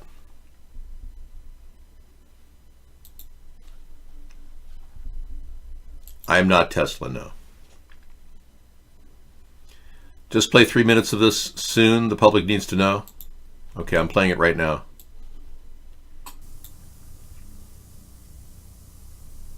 $15 minutes. Tonight, yeah, 3 minutes. It's time for the Longines Chronoscope, a television journal of the important issues of the hour. Brought to you every Monday, Wednesday, and Friday. Okay, I'll play 3 minutes later. I don't see the relevance of something from 1952, but thank you. I'll watch it later. I'm sure you people are concerned about a lot of issues back then that are still relevant today. But hey, we got that last night, part one, the Mena, Arkansas thing, done by the media puppet leaders, InfoWars. It was okay. They did a fairly good job with it, but we saw it last night. I'm waiting for part 2 to come out. I'm glad they're doing it, but it doesn't seem to be directly connected to Alex Jones, but it's more like a piss poor job of really delivering a message. The guy at the end was just, where'd they find him? In a high school theater department? He's horrible. I don't think you need to work, politics WWW, and in the near future we won't have to really work. Yeah, many of you will be losing your jobs anyways from automation, so I have a plan to give everybody $500 a month. Yes, Alex Jones is controlled opposition and is run out of the NSA's division. I believe he's a CIA operative working out of the company that does the work for Skunkworks Productions, Lockheed Martin. He works out of a Honeywell secure facility in Texas. He's an operative agent of the CIA, Alex Jones is. And he's not even Alex Jones. The real Alex Jones is long gone. But $500 a month has a really great ring to it, doesn't it? For every American. And even people who are homeless will be able to qualify for this. McDonald's has a fully functional robotic kitchen that they've been using for years. They're getting ready to transfer to that. Good. I'm so glad. Yeah, we won't need McDonald's workers anymore. And those of you who are displaced from a job will be able to fall into the safety net of America's Universal Basic Income Plan, $500 a month. Because when this race gets closer to the end, towards 2020, I will be the only person standing with the UBI, Universal Basic Income Plan. I'm the guy who originally thought of this in 2012 with our Baseline Plus plan. I wrote about it in my book. We give people the baseline, and the plus is when they work. Well, I'll offer jobs at $15 an hour for people that are working for companies, U.S. people working for U.S. companies, earning a living wage of $15 an hour with our infrastructure bank loan of 2%. We're going to give companies 2% that are U.S. companies to hire and build and create infrastructure that will employ people. You're not planning on paying rent for $500 a month. No way. No, I understand that. And that's why we have a program that you can work in called the Homestead Renewal Plan, which can provide a tremendous amount of jobs for people initially. Fixing up old houses that are in need of repair. The Homestead Renewal Plan will take large houses. Normally you can buy these for around $10,000 to $15,000 and turn them into a $50,000 house as nice as this. I've offered a $500 a month, but if Andrew Yang wins the nomination, which of course he won't, but if he does, I'll match Andrew Yang and take it up to $1,111.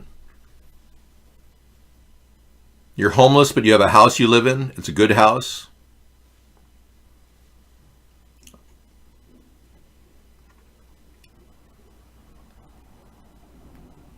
I'm not sure what you're saying, Donald Trump, not. You make no sense at all. How can you be homeless and have a house you're living in? Oh, the impeachment stuff? Yeah, you don't like to hear about that stuff. Well, that's going anyway. I told you he'd be impeached, and I was right. Max says that Biden has agreed that I've always complied with a lawful order. Joe Biden hits out at Trump and Pence and says there's no legal basis for the Republicans to subpoena him and his son. And he's right. Yeah, and I agree. Biden has not even been charged. What's wrong with Donald Trump that he can't prosecute Biden? If there's a case there, they should do something. Why is Trump just sitting on his hands doing nothing? He hasn't prosecuted anybody. He never prosecuted Barack Obama for lying about his birth certificate. You know he did. He never prosecuted Hillary Clinton for making unbelievable amounts of money from the Haitian money scam the Clinton Foundation was involved in. Trump could have easily prosecuted her for that. He never prosecuted Elizabeth Warren for having no Cherokee ancestry and committing perjury on her affirmative action documents. He never prosecuted Ilhan Omar for marrying her brother, who's a homosexual, just to make him a U.S. citizen. Or the fact that she just got money from Qatar to get elected. Never prosecuted. He hasn't prosecuted anybody. Trump is useless. He's a lame duck person. Read my lips. No new taxes. You make $40 an hour? Nope. You're making $40 an hour. That's pretty good money in this day and age. A lot of people live in custom vans nowadays. A lot of people are making YouTube videos about their van life. Absolutely. People adapt. That's what they're doing. I mean, I would recommend a custom van. But like a Sprinter, fully loaded RV is it's going to cost you about $60,000 minimum for something as nice as this.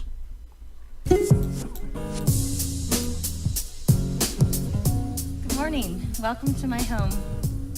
So my name's Kristen. I write a blog called Barefoot Theory where I write about destinations and... So we'll play her tonight. But yeah, those kind of vans are anywhere from $40,000 to $60,000 minimum. They're not easy to create.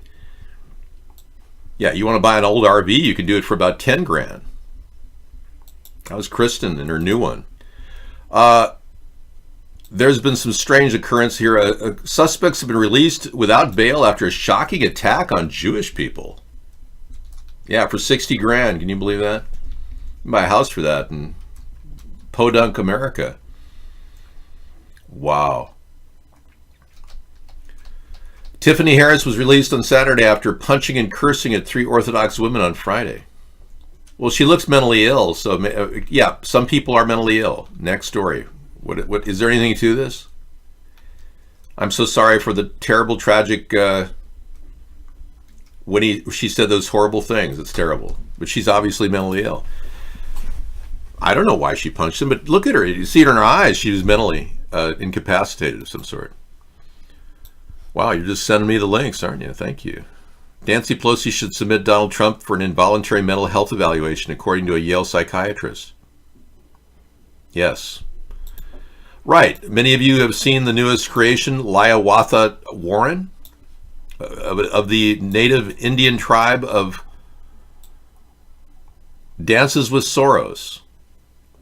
Yes. Liawatha Warren was an unusual character in that play. And you've got the tiny URL. Okay, Nancy Pelosi has got a doctor now to verify that Donald Trump is mentally disturbed, needs to get checked out. So they're calling Nancy Wacky Nancy or whatever. She should submit Donald Trump for involuntary mental health evaluation, a Yale psychiatrist warns. That's a very interesting idea. It won't fly, but based on his mental stability. Now that the Russian collusion after 1 year of intense study has proven to be a total hoax to the American people, and the Democrats, their lapdogs, the fake news, mainstream media, are taking out the old Ronald Reagan playground and screaming mental instability and intelligence. Actually, throughout my life, my two greatest assets have been mental stability and being like really smart, he says. Crooked Hillary also played these cards very hard, and as everyone knows, went down in flames. I went from very to President of the United States. I think that would qualify as not smart, but genius, and very stable genius at that. No, Donald, that's called sucking off the mob tit. When you took all that mob money and Russian mob money and proceeded to buy the election and cheat. That wasn't real smart. That's why you're embroiled in an impeachment. That's why you've been impeached in the House, because you cheated in the election. You misused your power and you obstructed Congress. There's nothing genius about rigging an election. I'm going to mute you for a while. He's a mobster and deserves to be treated as such. Her campaign contributions dropped since the last debate? Really? Who are you talking about?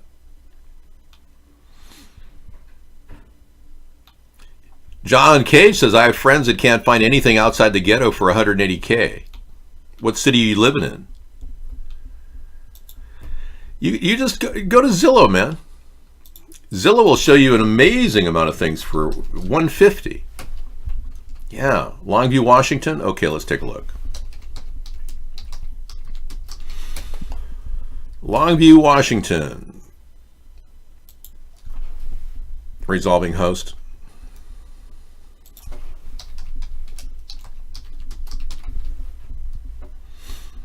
Okay, let's find something for under 150 with yeah, we're doing 3 bathrooms, 4 bedrooms. You want a swimming pool for that? Must have a pool. Must have a pool. Yeah. Mountain view. Okay, let's see what we got.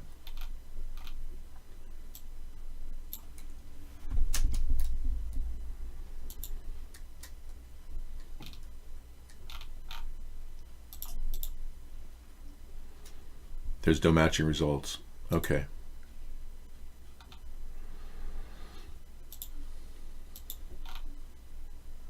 Forget the AC, forget the pool, forget the mountain view. Done. Map. Okay, let's take a look. Longview, Washington, Zillow. There's 3 places right here for $150,000 or less. Auction. This is 4 bedroom. Oh, 262. You're right. Okay. You're absolutely right. There's nothing in the 150 range. Wow. That's crazy. Yeah. Yeah, I mean, if you're willing to put up with townhouses and apartments, it might offer something, but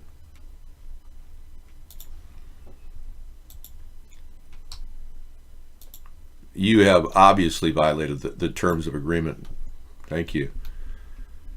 Tom Steyer doesn't have the charisma of a small rodent. You need charisma to run for politics. He has no charisma. I have nothing but charisma. Yeah, that's too bad, man. You take it up to 180 and you see what happens. I'm going to just do that for the heck of it. Not much is happening. Yeah, we got a couple auctions at that price, but if you're willing to live in a trailer park, yeah, you could buy a $38,000 trailer unit. But he's right. Yeah, there's nothing available at 180. Tom Steyer reminds me of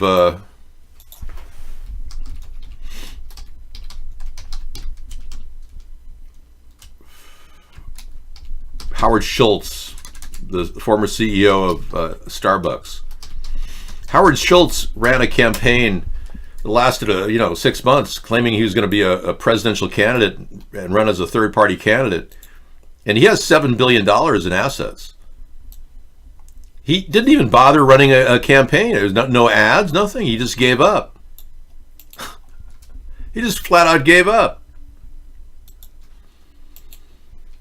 Nobody really expected him to just throw the towel in before he even started. Why even run a campaign unless you're going to put some cash? I mean, he could have thrown like $600 million toward it. He was a fake candidate, that's right. He was just being thrown out. He was thrown out there just to act like he was going to occupy that space for a while. Anybody can go against Trump if they had the right coverage. Trump is getting all the free press he could ever want. He is the candidate the New World Order has chosen to run our country into a socialist state. He's the person they put out there to divide the nation, just like Obama. You see, the New World Order will win if they can break our country apart. And they've done a pretty good job of it. The left hates the right hates the left. Big success for a New World Order. They're winning as long as they can do that. The people that fund Donald Trump, the rich Zionist oligarchs and elitists, they funded him. Tiny houses in Rochester, New York in big demand. Really? This is about sustainable living, so if you can find a tiny house you can live in for a good price, many of you are going to want to do that. You'll want to put solar panels on the rooftop as well. So the rooftop revolution and the homestead renewal plan are big parts of our growth plan for America. No, this is a tiny house system here. Look at these tiny houses out in Rochester. Wow. Yeah, it's a small house. Tiny house sits in the front Frost Avenue on the edge of Rochester's 9th Ward. 620 square feet living space. It's like a small bungalow fit for one or two people. This one was built long before the more recent tiny house trend began. It was built in 1905. Wow. Look at that. Yeah. Well, isn't that super special? Thanks for sharing. Yeah. It's a nice house. Yeah, no question about it. Well, you don't have to have a tiny house. I was on Zillow earlier, and I noticed that if I want to live on the East Coast, for instance, and I wanted to move to, say, a place near DC,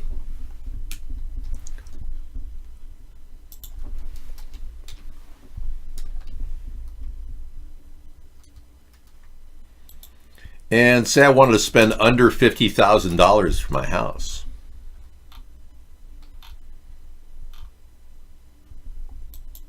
Here's a nice Roanoke, Virginia house you can move right into tomorrow for $34,900. It has nearly 2,000 square feet in it.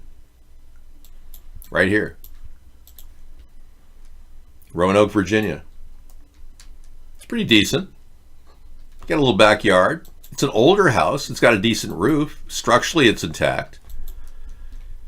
You got a little work to do inside, but it's still cosmetically okay.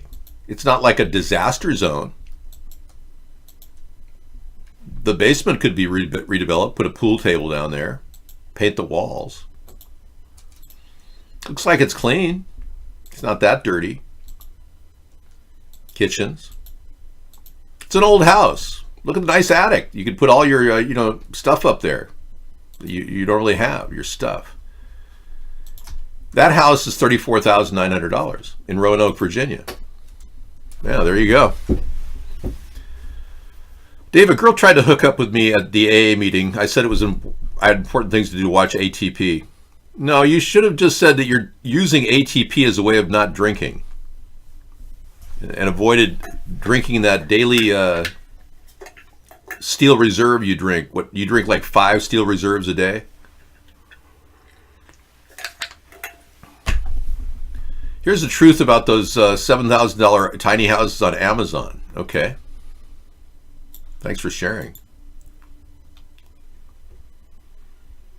I would not. In fact, Mitch McConnell needs to stand up to the Constitution.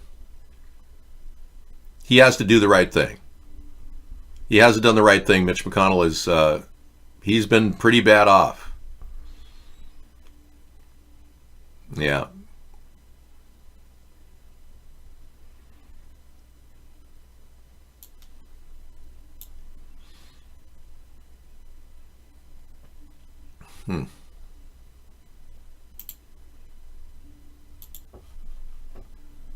No, I'm not. You're muted again. I'm a centrist. You're the libtards want to take away your rights. I don't. The libtards want to impose rules of collectivism upon you. I don't. I want to support your individual freedom.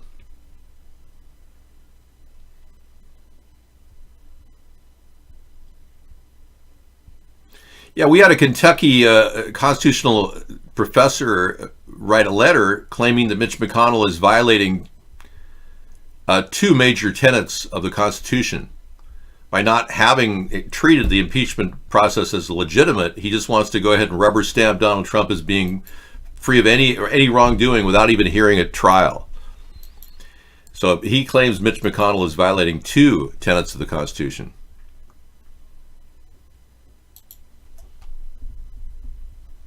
Okay, here's the truth.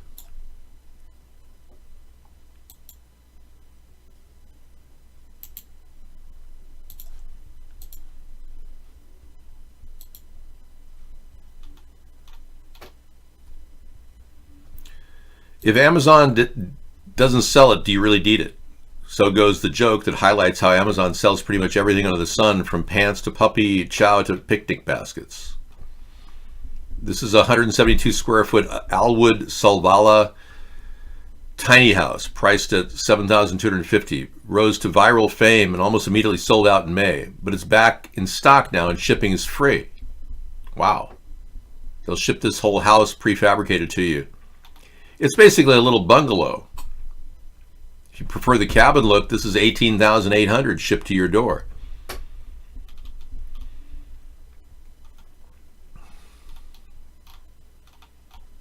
I'm waiting for the truth about these. I've yet to see the truth. Okay. Yeah, this isn't much of a story because it doesn't really tell you the truth. The truth is nobody wants to live in a house that small.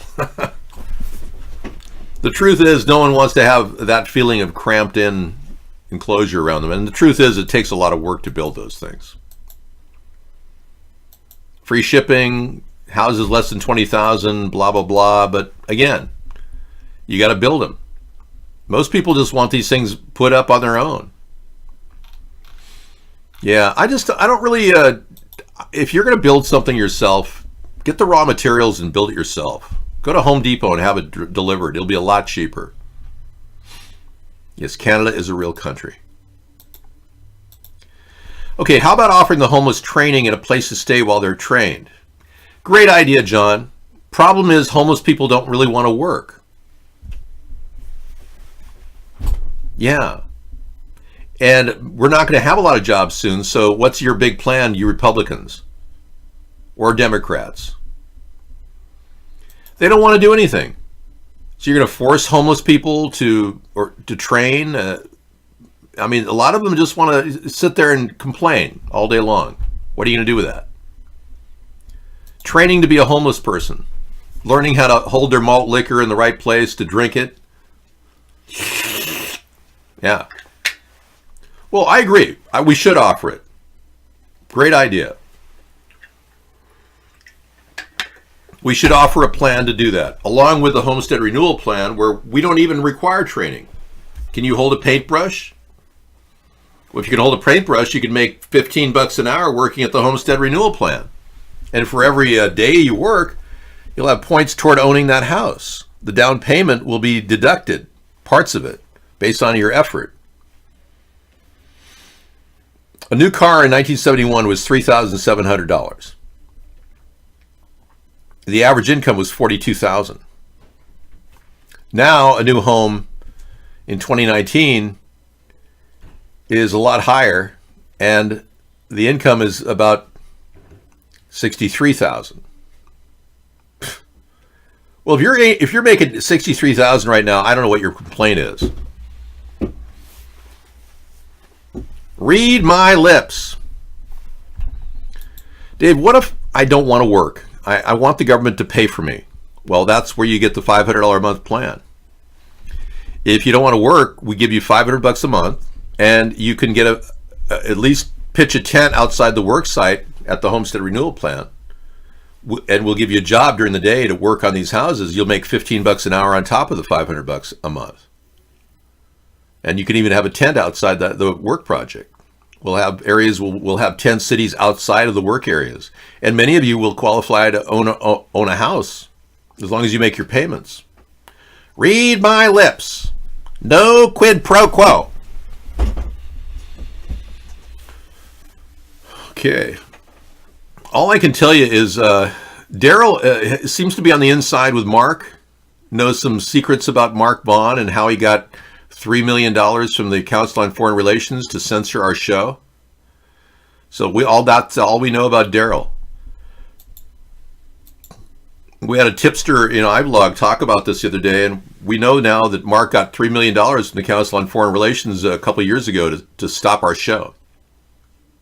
Yeah, he's a paid shill. That's all we can say about Daryl that we know of. He's been in our room a long time, though. Daryl is actually Alex Jones? Really?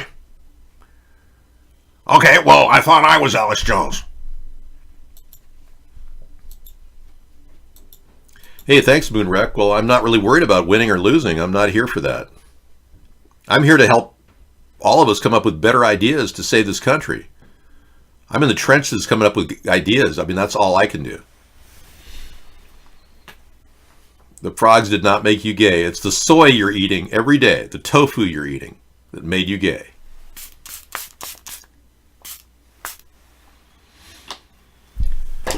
Well, the fact is, a lot of these payoffs have been going on around me for the past 7 years. Mark's made millions of dollars censoring our show, and we wondered why people have a hard time getting into Twitch. I got 2 people in there.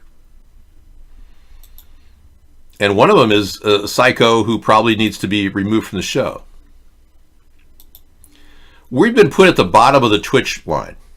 There's been a big, huge Twitch suppression by Capital Gain. He banned us for 5 years. And they just brought us back because his terms of service had to change because he was in violation of the First Amendment. No, but you seem to be close to Mark, Daryl. That's what I've been hearing from people. You know Mark, and you know all about his finances, everything. Yeah, that's what we heard. Hey, Michelle Malkin has exposed Soros and the globalist mass migration ticket. And I did too, but she's doing it as well, and it's really good. Dave, Daryl has received over $220,000 in the past 4 months. I believe it. From Mark. I know. That's what I heard. Yeah, Daryl, you're making money from Mark because you're his friend, right? Yeah, you know Miss Scruffy, and she gives you money. We know you people are rolling in cash. I'm fully aware of the money that's going on to censor our show. I'm fully aware of that. I don't know how you guys can even go to bed at night thinking about what you're doing to me. It's not legal to censor the show, Daryl. They get money to illegally censor our show. Michelle Malkin exposes Soros. Yeah, see, I'm very concerned about this attempt by the New World Order to break down our borders. Hey, Abdul, welcome. Yeah, we could use an operator over here. We're kind of flying solo tonight. Thank you. It turns out that as they constantly open our borders, and Trump hasn't done anything to build the border fence, hardly anything, and it's my idea. And he stole it and called it a wall and said Mexico's going to pay for it, when in fact they're not. I'm sure she is. Anyway, this idea that the Democrats plan of not, allowing anybody deported to continue to bring in countless illegal aliens into our country, Michelle Malkin is exposing it here and talking about how it's a plan to break our country down. Conservative pundit Michelle Malkin's latest book is required reading for anyone wishing to understand the forces and interests behind the open borders and mass migration lobby. It's a scathing indictment of the irresponsible and dangerous lobby and exposes it as a corrupt racket aiming to undermine the United States and other Western nations by making borders irrelevant and encouraging and facilitating massive and unsustainable levels of migration. I totally agree with this assessment. Thank you. Anyway, I just gotta wonder at this point why our country has become, even under Trump, a porous open border situation. Merry New Year, yeah. Yeah, show us the SUV Mark bought you, Daryl. Read my lips. No new taxes. First position, please. Come now, I'll show you the big. I'm not going to do that. Okay. What could we do to help make our country better? Buy more paper sacks. Price up plastic. Get canvas bags. This is the real news, everybody. I'm going to give you real news right now. These are ideas that we definitely have to work on. Pricing up plastic, making sure that we can at least have canvas bags in every single store, providing America with the necessary funds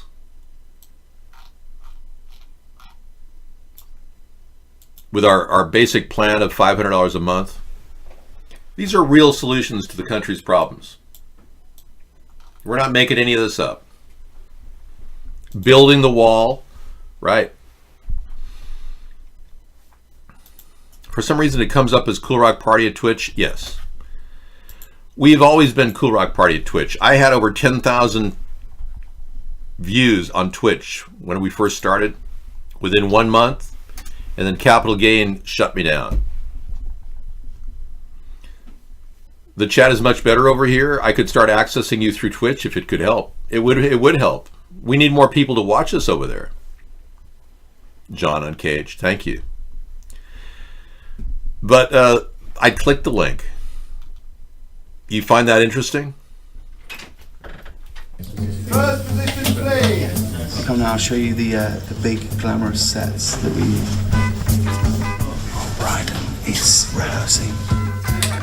Here we go, full rehearsal. Stacey, would you kindly inform everyone that dinner's going to be ever so slightly delayed? Thanks for sharing.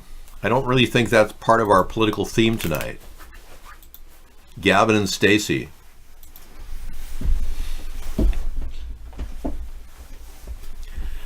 This didn't take me any time at all. This is how it looked all day long. I drove with this hair like this.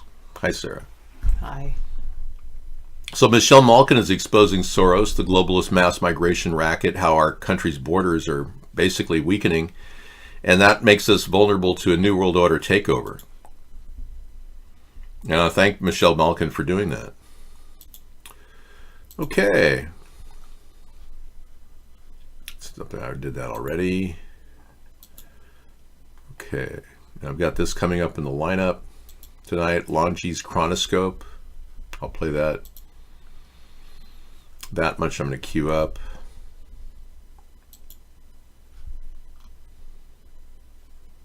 Okay, I did that story already.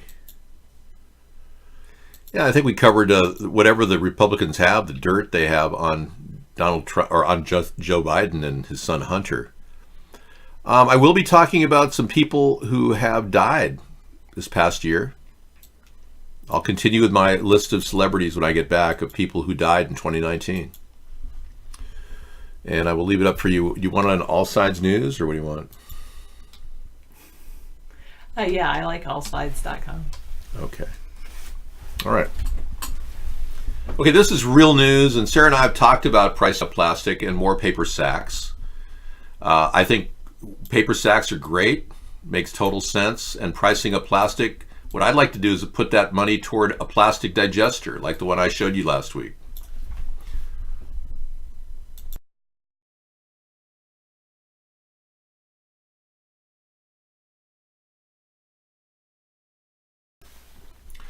Okay, let's slow down on the links there, Max, because Sarah doesn't take them in like I do. I will be bringing the New York governor's veto and forget electric cars in the show when I get back, okay? Okay. Thank you. I'm here. Thank you, Howie.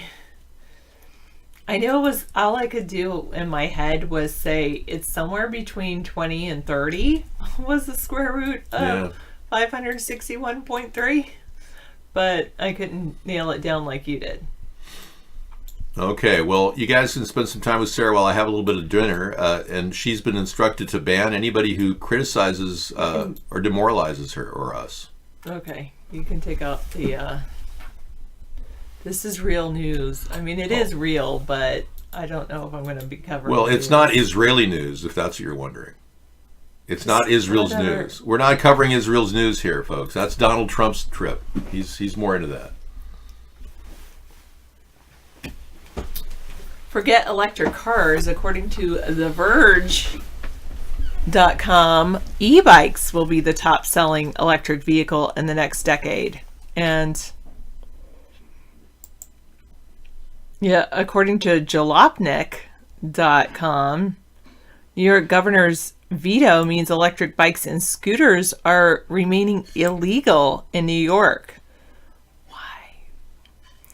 New York State and State Assembly passed a bill with nearly unanimous support that would allow electric scooters and bicycles in the state. But that bill was recently vetoed by Governor Andrew Cuomo. It would have outlined a legal status for scooters and 3 classes of electric bicycles, similar to what other states have been doing. There is a worry about some pushback by the governor in the form of renegotiation, but he didn't outright veto. The reasoning for the veto was outlined in a statement by Governor Cuomo. It said that the allowance of throttle-controlled e-bikes and the lack of helmet regulations rendered this legislation fatally flawed. It noted that a recent study has shown that head injuries have tripled in the past decade due to use of these motorized vehicles. So he might be okay with it as long as it required helmets in there in the legislation. So I would say try again with helmet legislation. And I actually agree with having, if you're going to use an electric scooter or a bicycle, that you should have helmets in there. Now, or, run a helmet law. Yeah, either run it with a helmet law or run a helmet law separately or something like that. Sarah, you're sleeping on a frozen something? Oh, it's insane Canadian. A frozen lake in Manitoba tonight. Should you start a roaring fire to stay warm? Move to the shoreline and start a roaring fire. Absolutely. And you need to get one of those 0 degree below 0 degree sleeping bags. Those are very good. And some tents, and I'm sorry that you're sleeping there. I don't know why you don't move south. Wait, I do know why you don't move south, because you can't move south because you have some kind of felony or something in the US or something. But couldn't you move to like somewhere outside the US, maybe down to like Brazil? Anyway, only on the shoreline, not in the middle of the lake. You don't want the water underneath you to freeze. You need to get a shovel and dig down.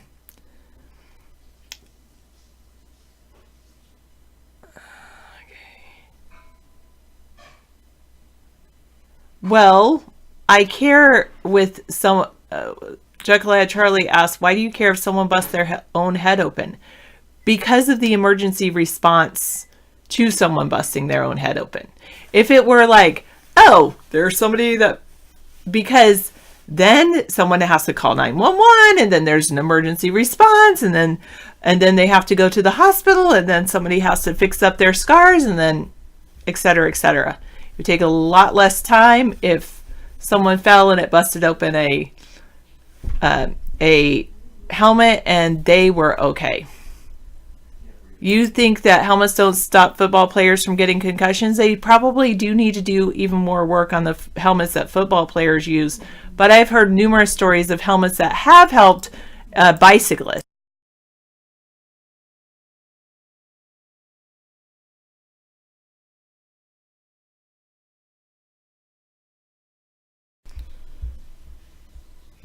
And I'm sure helmets have helped football players from having their heads open, not necessarily a concussion. A concussion is a lot less damaging than actual bleeding. I mean, it's horrible. Concussions are horrible, but I mean, it's a skull fracture is much worse. All right, does you think it should only be mandated for minors? I disagree with that. Helmet laws, according to Max Out Credit, helmet laws have proven their worth according to neurosurgeons. And Max Out Credit says the river is freezing at night and thawing during the day. Weird ice patterns. And all the ducks have all gone south this year. The ice, get yourself to the shoreline, Canadian.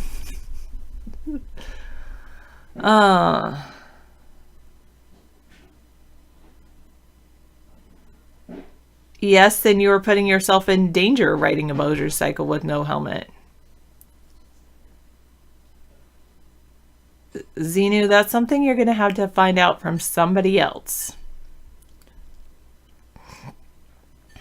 I do understand, I know that some people want, I believe Massachusetts, I don't know if they're the ones that I know that there's some states on the East Coast that don't have helmet laws for motorcyclists, but, and I do understand that that's your choice, but I also, like I say, it's also about all of the emergency vehicles that respond to those accidents.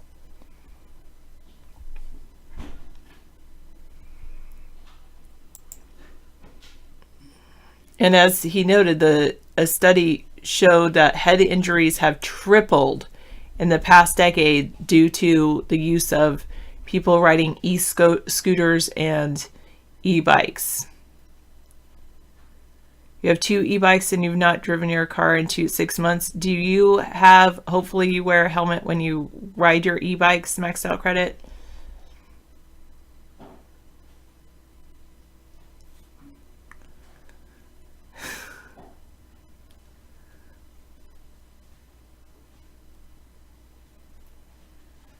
What do you mean that you can demand that they protect others, John Uncaged? What do you mean by that?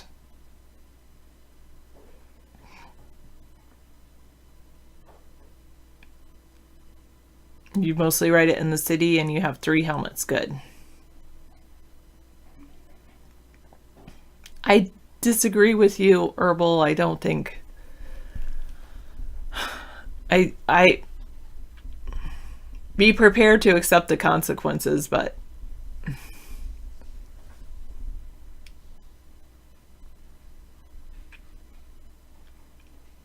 Maxed Out Credit says helmets have saved him several times on motorcycle crashes.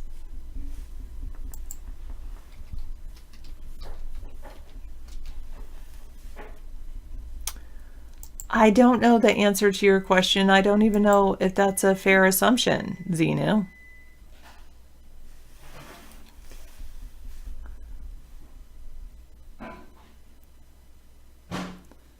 I never claimed that, Daryl.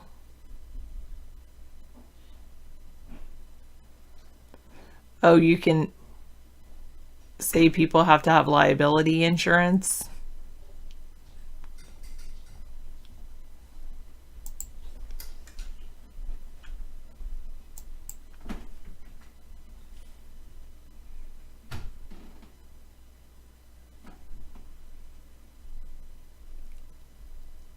Yes, I'm sorry to hear that your friend died in a cycle accident wearing a helmet. I'm very sorry to hear that.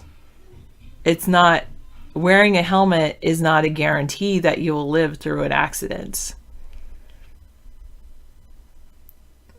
It's not even a guarantee that you won't have head injury from an accident. But the amount of head injuries have been reduced from people wearing helmets.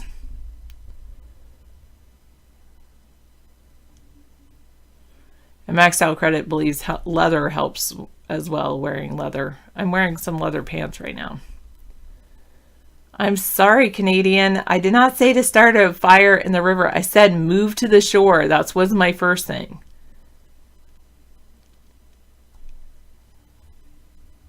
I'm not going to ban them, Xenu. They all have a right to have their own views and their own discuss what they believe, just like you do, Xenu.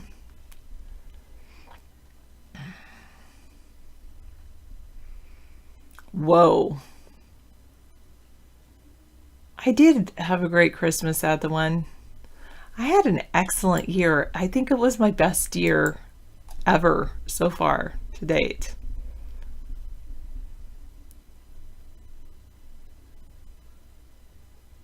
Wow. Maxed Out Credit fell at the Sanair racetrack going 100 miles per hour. He slid almost 130 feet and his helmet sheared part of the way. It was flat all the way, sheared across flat to the inside headliner. That helmet saved your life.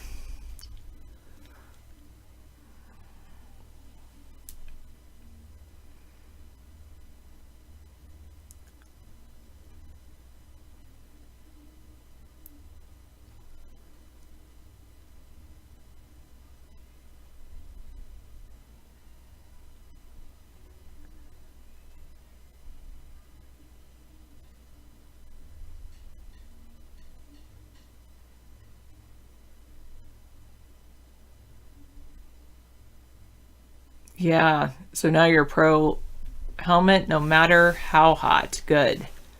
Good.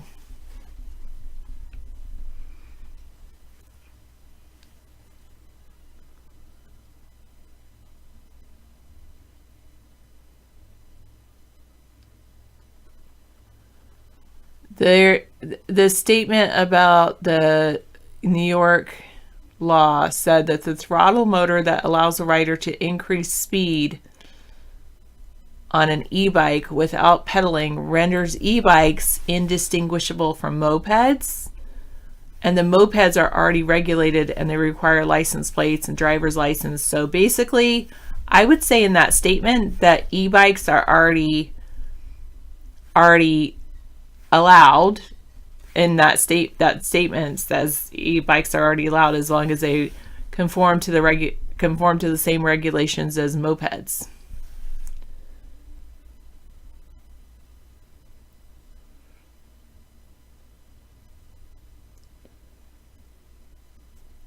I think I should write a comment on that.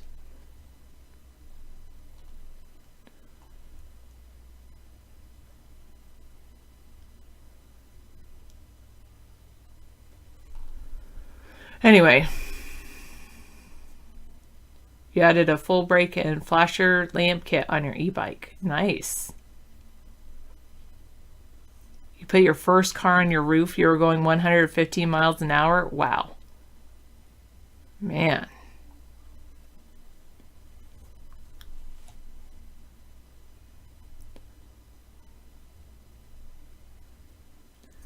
Chucklehead Charlie is not against people wearing helmets. He's just against a mandate requiring people to wear helmets. He does understand that in a slow crash, wearing a helmet can lower some risks.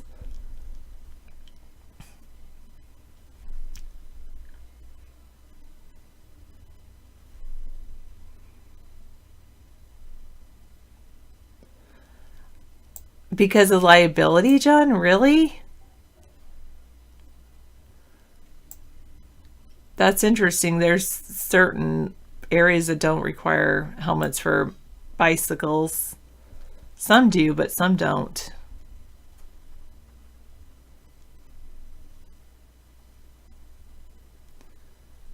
Hello, Frankie C's.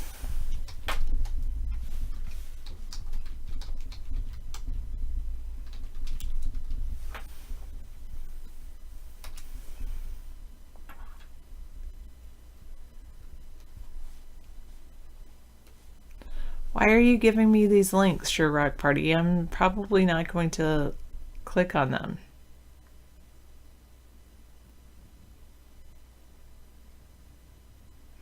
I did see some scooters, like these rental scooters, e-scooters, electric scooters, I'm assuming, around DC, and there was no helmets with the scooters.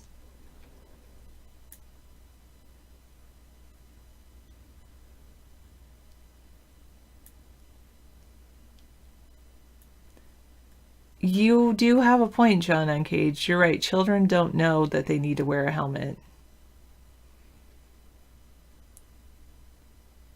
And it should be the parent's job to protect their child.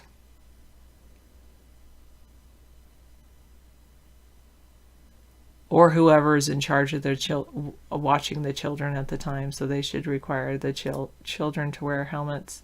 But what if there's no law against like no law requiring helmets in that particular vicinity?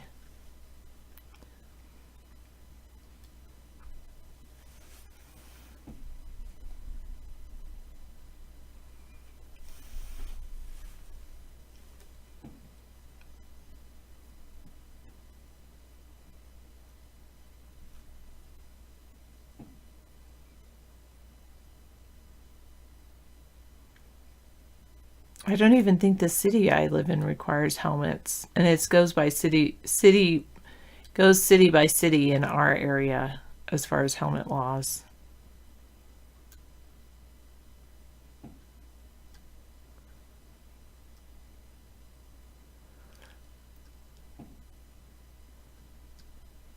Well, I understand your perspective, but legally, I don't think that would stand up in a place unless there was a helmet law in place.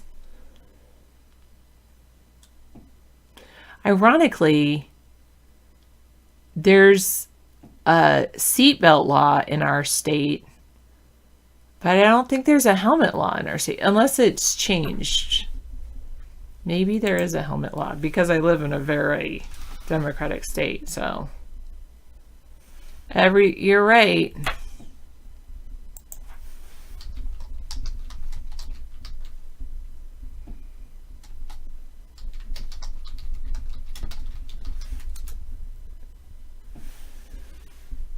There's no state law requiring helmet use.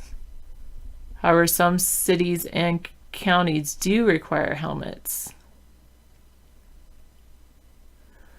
So they require seat belts, and they have a no distracted driving law in our state. But they don't have a helmet law in our state.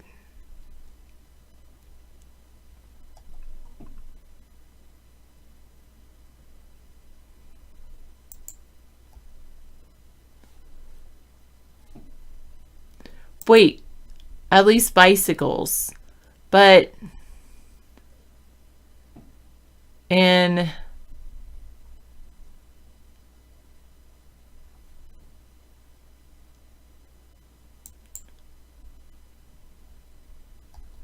let's see, Washington State's helmet law. Motorcyclists in Washington state may soon be able to ride without helmets again. There's a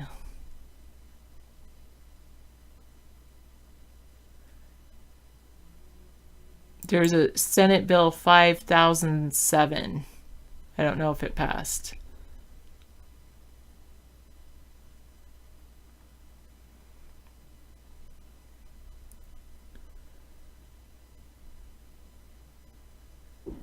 But the riders would need to have liability insurance. Investigators tell us this happened the day after Christmas. It was about 8 o'clock at night here on Highway 112. A gentleman. So they have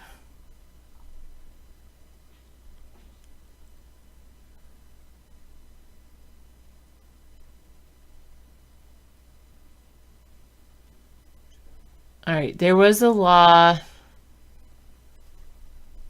Currently, 19 states and the District of Columbia have laws that require all riders to wear a helmet for motorcyclists, but they don't do the same for bicyclists. So there you go.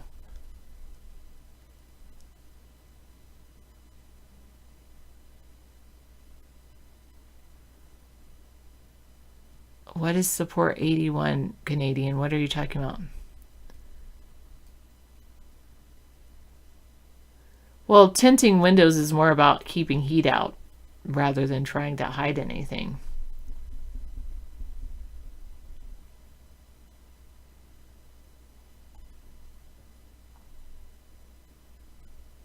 Steve thinks the number one cause of car accidents are when seatbelts were introduced, and you think seatbelts kill? I definitely don't agree with you. Well, I don't know, maybe, but David would never, even if he were eligible, he would never apply for it to know.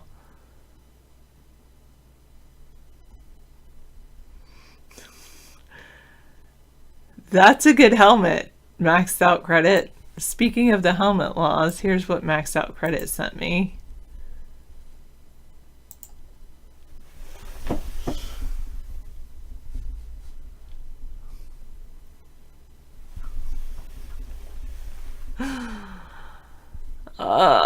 Okay.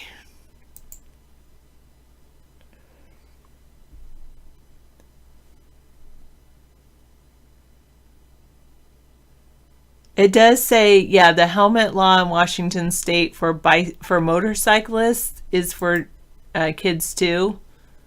And then there's I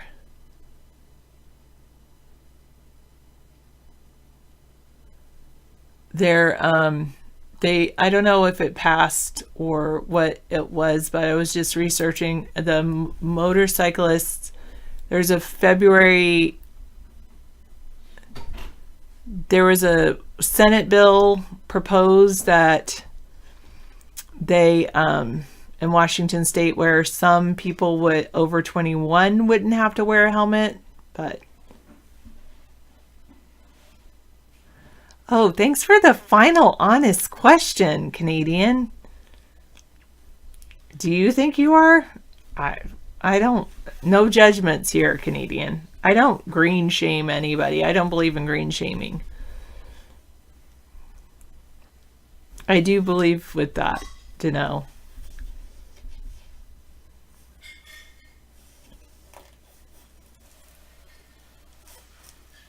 Right. I think he means, you're right, John. Nothing is free. More like everyone in the U.S. should have access to health care without having to pay out of pocket for it. It should be funded by taxpayer dollars.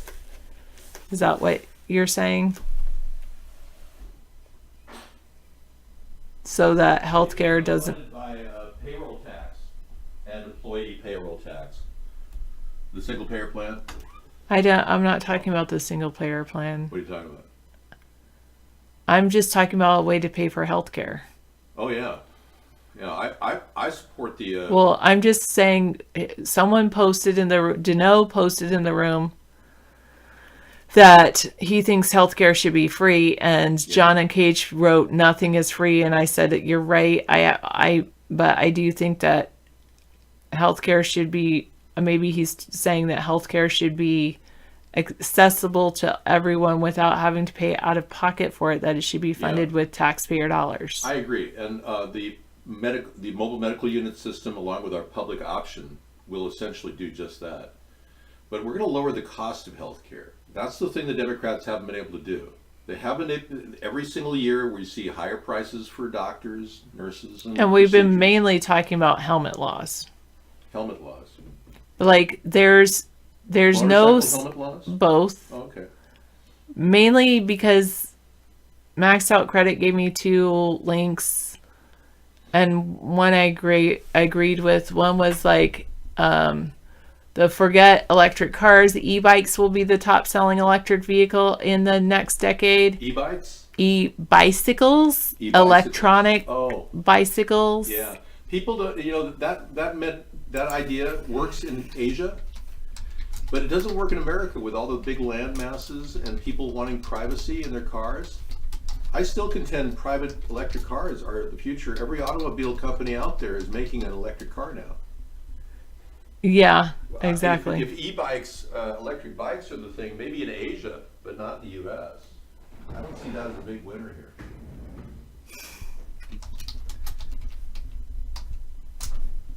I think electric cars in America are definitely on the rise. I don't like electric cars. I prefer hybrids because they run, longer.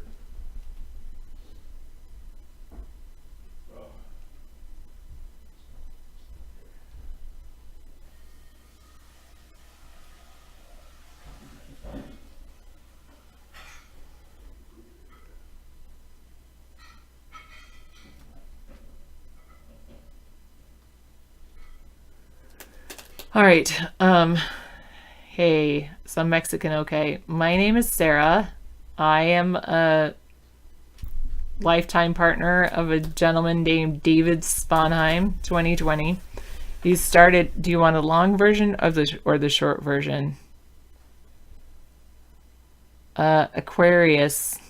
I don't know about Virgo rising. No, I don't know how that relates to Aquarius. I thought Virgo was completely different. Is this statistics night? Well, we could. And by the way, some Mexican, I'm also broadcasting here on Twitch as well as Periscope, YouTube, Vaughn Live, and iVlog. So if I sound like I'm talking to people that you're like, who are you talking to? Then that's what's going on. So my friend David Sponheim is running for president in 2020. He has a couple of websites, americasthirdparty.com, also coolrock.com, which is hence the name Cool Rock Party on Twitch. Yeah, we're centrist, political centrists. That's a short version. If you want the long version of what's your story and how did you arrive here, well, I'm 41 years old, so that could take a while. But let's see if this is a number 1 or number 2. Well, it's a number 5. It's a 5, you're right. I knew it. Aren't I good? I know my plastics. All right, Trump Tardo over at Vaughn Live has a statistic for us. 20,000 people freeze to death each year in Britain because they can't pay their heat bill. Most of them are elderly. Pull up get another pot of coffee on. You're 21, so that'll be all right. Yeah. I stopped drinking coffee. I don't know when what age was I when I stopped drinking coffee? I have to ask David. I think I was like 25. Man, I used to love coffee. Now I just drink. Now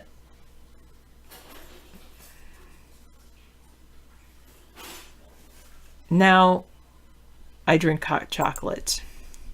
Okay. We've got some pictures of e-bikes. We've been talking about bicycles and e-bikes and a couple other things. So Maxed Out Credit over on iVlog gave us this picture. Let me move this in front of me.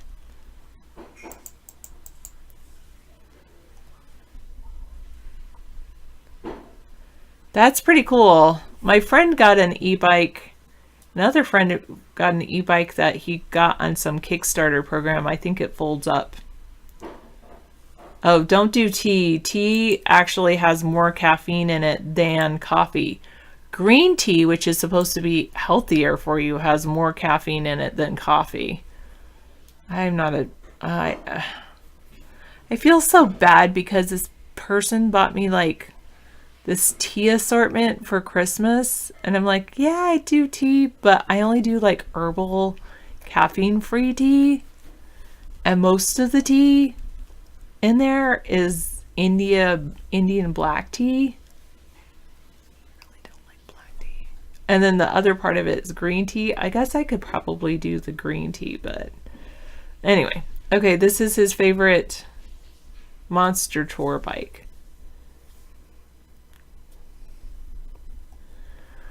All right, anyway.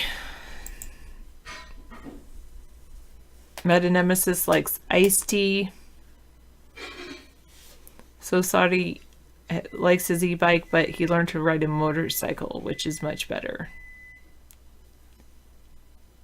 Black tea is bad for my liver. Now what do I want to do with all that tea?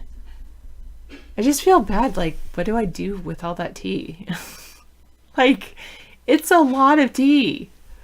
I should probably show you guys all this tea. Anyway, moving on.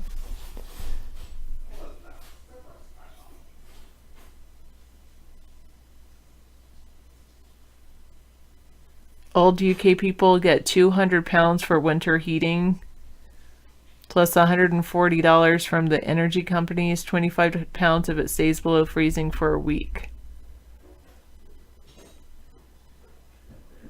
That's cool that you do an e-bike. I never learned how to ride a bike. True story. I rode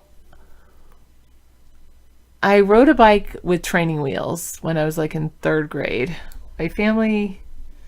Then my sister tried to help me ride like a bike without training wheels, and she was holding on to the back, and I just had bad balance or something, and I fell like twice. I just skinned my knee so bad that I still think I have a scar on my knee from that, and I'm like, I'm done. I don't want to ride a bike. That same sister tried to teach me to swim, and I did not learn how to swim after that until I was like an adult. So yeah, she was one of those, and no helmet either. No knee pads. Instead of bad, change the word from bad to poor.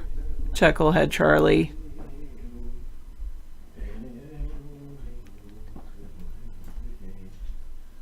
Hey ho, hey ho. Ho, ho, ho, hey, hey. Let's give a piece of choice.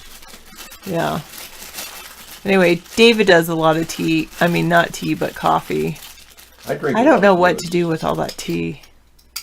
Oh, just take it to your classroom. I told you. I know, and I'll drink it slowly. Well, no, it's all caffeinated. You can't drink it. Well, just give it to me. I'll drink it. It's like got black tea, and somebody just posted that black tea is bad for your liver. Yeah, I don't like black tea.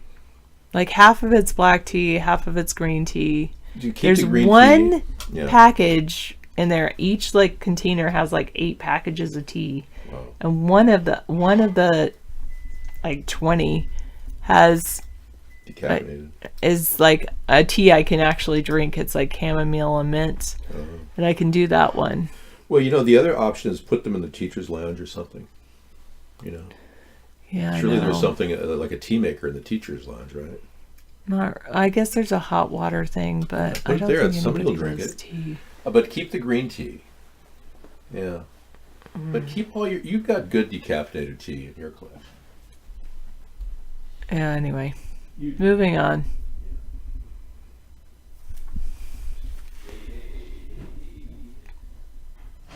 That's true, 833. When people feel recognized and special and appreciated, they're happier in their relationship and they're more motivated to make the relationship better and stronger.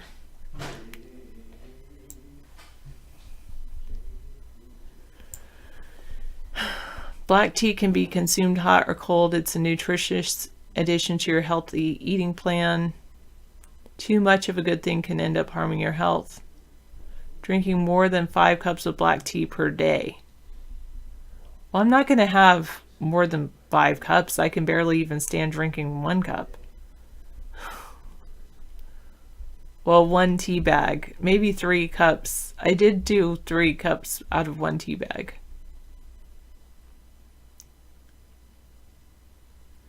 Oh, it's really the caffeine.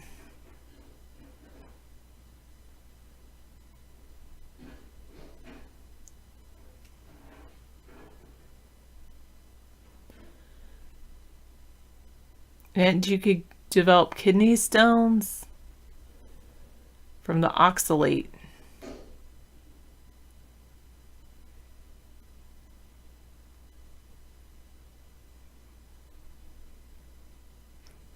There's some good news, however. The polyphenols in tea protect your cells from free radical damage. So it can actually help reduce the risk of renal cell cancer.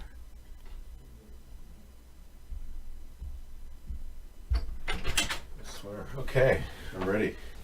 All right. I'll take over for you, and you can take the rest of the night off. Okay, let me close out of all the things I just did. Well, wait, I want to read this one. Okay. Sustainable Saturday. Low impact exercise. Sarah was dancing earlier, working on her dance moves. It's pretty cool. Yeah, I try to dance. I choose 1 song a day and dance to that song. That'll be good. All right. If you're back, some Mexican, okay, this is David Sponheim. Thank you. And then Some I'll Mexican. be back tomorrow. Okay. All right, no Tomorrow. problem. Hi, Kev. Hi, Kev. 2010. Well, you're nice to say hi to these people. I try to say nice to everybody. Kev's been here a lot. I've seen him a lot. He watches our show. You're sexy. Yeah, right. Sure. Okay. I believe that. Okay. Thank you for being so wonderful. Oh, thank you. Are we like using positive reinforcement to be positive? Well, I'm reading this. When people feel recognized as special and appreciated, You're special. They're happier in their relationship and more motivated to make the relationship better and stronger. It's true. It's true. And you're special too. You're sexy. Yeah. Thank you for being so wonderful. Oh, and the number one thing I've learned about love is that it is a trade and a social exchange, not just a feeling. I never adjust myself on cam. Well, it's because I told him he was sexy. I don't adjust myself on cam. I was doing some workout as best as I could, considering.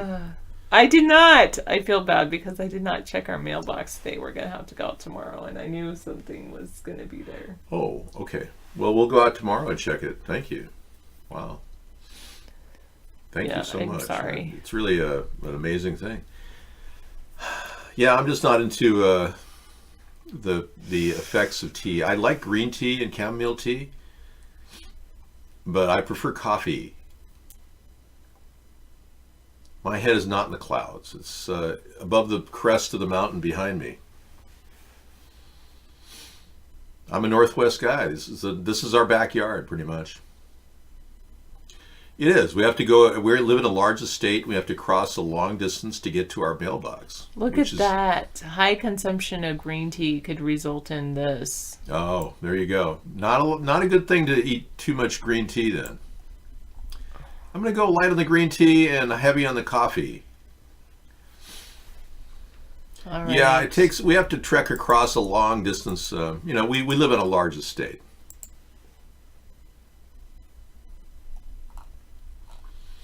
No, too much water is actually good for you, unless it's too much water. Then it's not good for you. I've never seen any drones above my house, but I have seen a couple of large insects. could be drones. I know. I do. I will take that. What? I will appreciate that. Thank you. Okay. You're at your end with coffee too? It is. I have to go to town to get my mail. Yeah. So. Yeah, we have to travel a far distance to get our mail because it's all checked and screened by the mail checkers and screeners.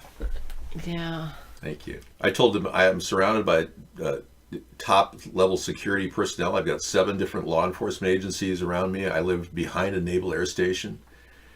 I mean, I'm in at a good place for protection, that's for sure. At first, Mad Dog, I thought you said David's shivering, so I should warm him up. No, I'm not. I was just adjusting myself.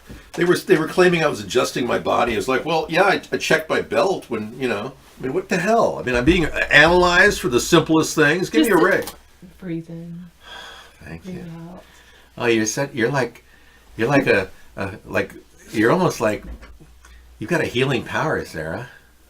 It's nice. I like you just the way you are. Oh, thank you. She really does relax me. It's amazing. Okay, now I'm ready to do the show, Everybody loves Sarah. you know that. Everyone does love me. I just have to keep telling myself that. You're so happy. People like me, and I'm nice, and yes. See, I just have to be happy. Let me do the same for you. People love you. People really enjoy being here, and you're very interesting. And we enjoy listening to you on the show. And it works, doesn't it? Isn't this great? It's like positive reinforcement. Wow. This was better than that conversation I had with that Democrat at the health food store about mouthwash. Yeah. That was great. That was a good conversation, though. You seem like you guys should have exchanged phone numbers. Yeah. But he would was have been like friends. But he was getting so old. I was thinking, will he be dying soon? If I got to know him, it would be like tragic. You know? That's okay. I mean, He was really old. He was like 80 like, or something. He did not seem 80. He seemed maybe 7. I should have gotten his number so I could give it to my girlfriends. Oh, that would have been great. But she's too conservative for him. He was a little too liberal. He was talking about chakras and you know, studying meditation with the Patty would have handled them, but not my other friend. But yeah, I do have a recommendation for my friend now. Okay. You have a guy you're going to refer to? No, Oh. I'm just going to tell her that she should go hang out at the senior center. Yeah, that's like saying you can go wade in the sewage dump, you know? And, Well, do you think the senior center is like a meat market? no, the senior center is pretty cool, actually. They put out a lot of services for older people. I really... Like dances? Yeah, and like things? dances. I'm not leaning left. No, in fact, I'm leaning conservative, and Sarah's leaning left, Mad Dog. If you were watching close enough, you'd realize that. I'm the guy holding the line on centrism. I know, I've always leaned left, I have to say. I'm the one leaning in the center. I did volunteer for a Republican, though. When you were young, yeah. But I mean, you are toward... When I felt like I didn't know any better, maybe. I think you're being slightly influenced by democratic liberalist thinking about gayness, which I think is fun. I personally think It's I've okay. always felt that way. I know, yeah. I'm just voicing my opinion more. She has. Because I feel like I have decided that I need to voice when I feel something is that I disagree with. My views on impeachment are driven not by the left, but by centrist ideology, keeping our country afloat. Our country's under attack by the Russians, and you right-wing people don't realize that. I'm trying to help you save our nation. And you think I'm some sort of a leftist because I'm saying things about the Russian dialogue. I said them before the Democrats started saying them. David's never liked Trump, but he's never liked Obama either. Yeah, and I started resenting Trump when he stole my ideas recklessly without even attributing anything to me. Wait, Republicans voted for impeachment against Clinton. Yeah, exactly. So Republicans ganged up on Clinton. I didn't like Clinton either after I voted for him. I realized what a scum guy he was. David wanted impeachment before the Democrats even wanted impeachment. Yep.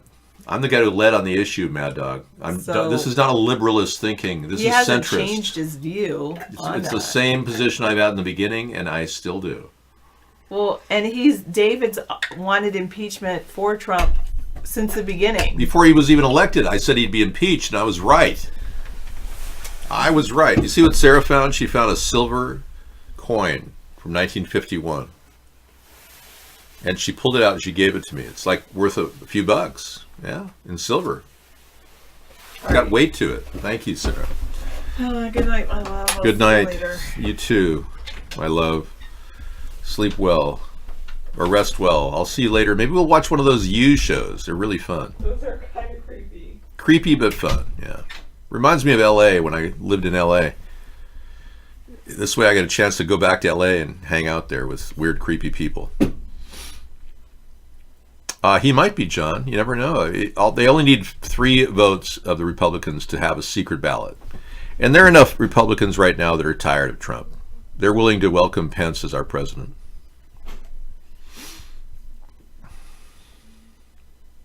It is, add the one, I know. And you see, the Republicans don't want to look at the details of Trump's malfeasance.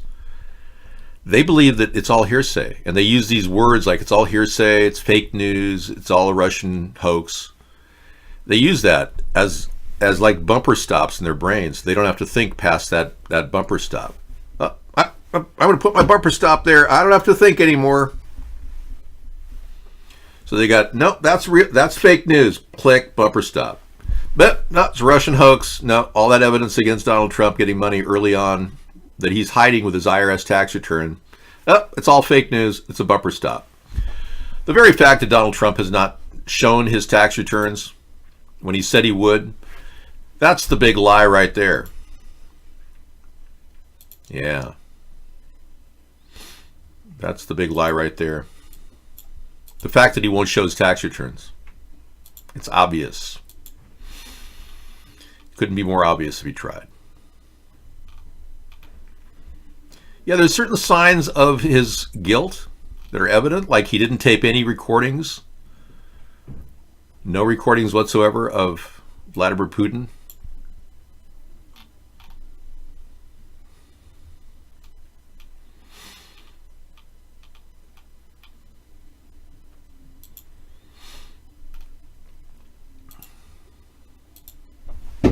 So these are important notes to take.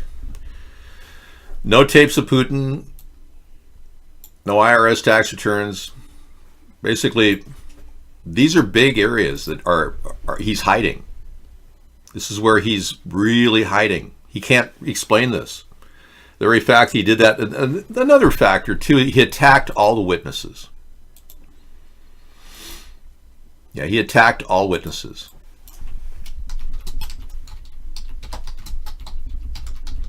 That's a sign of a guilty person.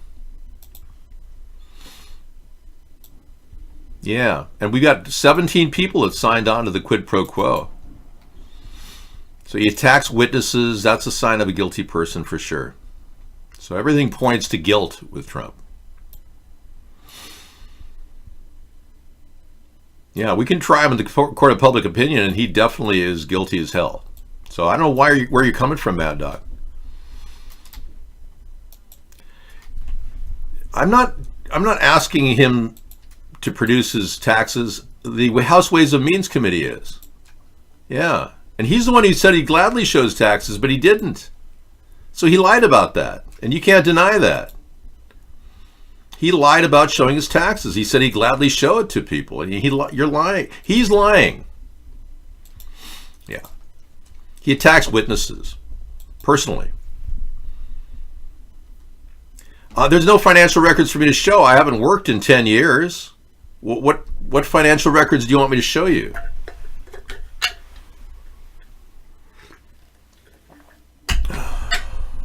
If I had W-2 stubs or 1099s all over the place and didn't file, that would be illegal. White House accused restricted access to Putin's transcript. Yeah, exactly. Here's a story from Max. Yeah, I can't get it though, but let me see if it'll open up on incognito page. Choose your subscription digital. No, I can't get it. Yeah, I can't get the article, but it's good. White House accused of restricting access to Putin transcript, and there is an accessible transcript out there. A judge just ruled that he's going to have a hard time hiding it.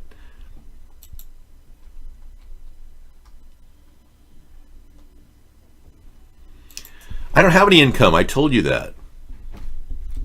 The only income I get is Sarah puts a little bit of money toward a utility fund.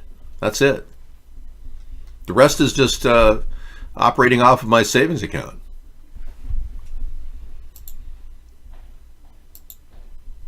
I've been living off savings for years. I mean, what's the problem? Can a person save up enough money and live off savings? I thought that was the American dream. There's nothing to see. I show you how I live. On a Thursday show, you see how I cook for myself. I save a tremendous amount of money on our cooking show. I think I made $40 in interest income. That's about it. $40.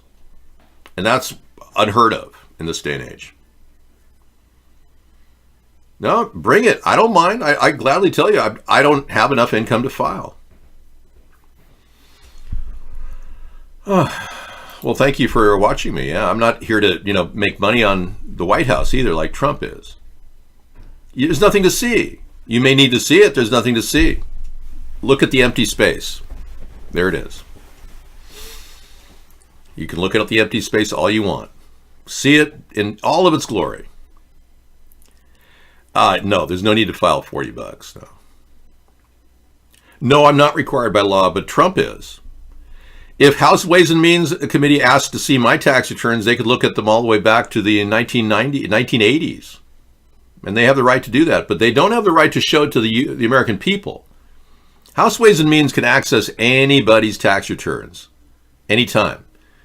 They have that right, and it's built into the Constitution. House Ways and Means can look at it and go, we've got a red flag here. And then it goes to a grand jury, and they can then apply a subpoena and then possibly get to see the tax returns. But the fact that Trump is hiding the tax returns indicates guilt. There's something in the tax returns that would connect the Russian oligarchs to Trump.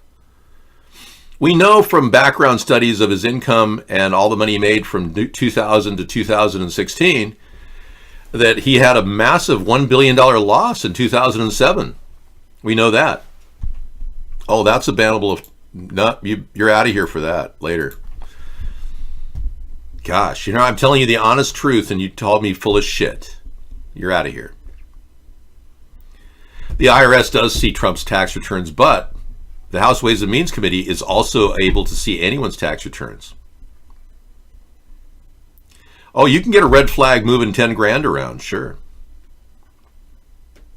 I know just enough to survive in a sustainable way in our society.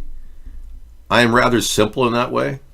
My needs are very simple. I'm not materialistic. I'm not like Trump. I don't have to pad my pocket with money and gain. And I'm unlike any politician in America right now.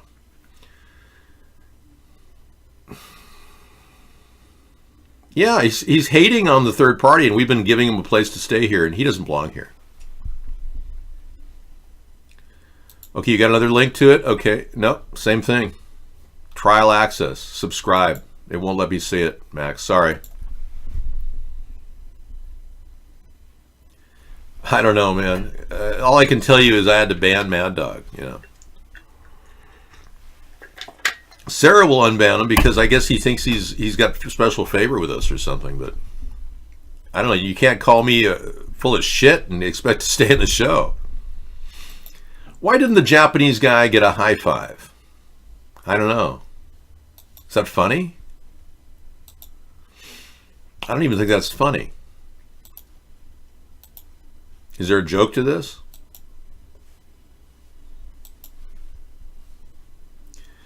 Well, you don't have video because we're being censored hard. Now, when Trump attacked all 17 witnesses saying, oh, they're all bad people, logic tells you there's something wrong. Why would all 17 of those witnesses be wrong? Logic tells you that Trump attacking them is not right. Only a guilty person would attack those witnesses the way he did. He's no different than any other guilty person out there claiming that they're completely innocent of their charges. Trump claims that he's innocent because he's being investigated. That's the most absurd statement I've ever heard. He thinks because this is a witch hunt in his mind, he's innocent. Nothing is feasible at this point. All I can tell you is that we continue to see crap hidden under the surface. You scratch and sniff and you smell crap on the sugar-coated presidency of Donald Trump. He is an open and unabashed Zionist. He's doing the work of Israel in every regard, and so is Joe Biden. Most of the Democrats, Buttigieg, he's a Zionist too.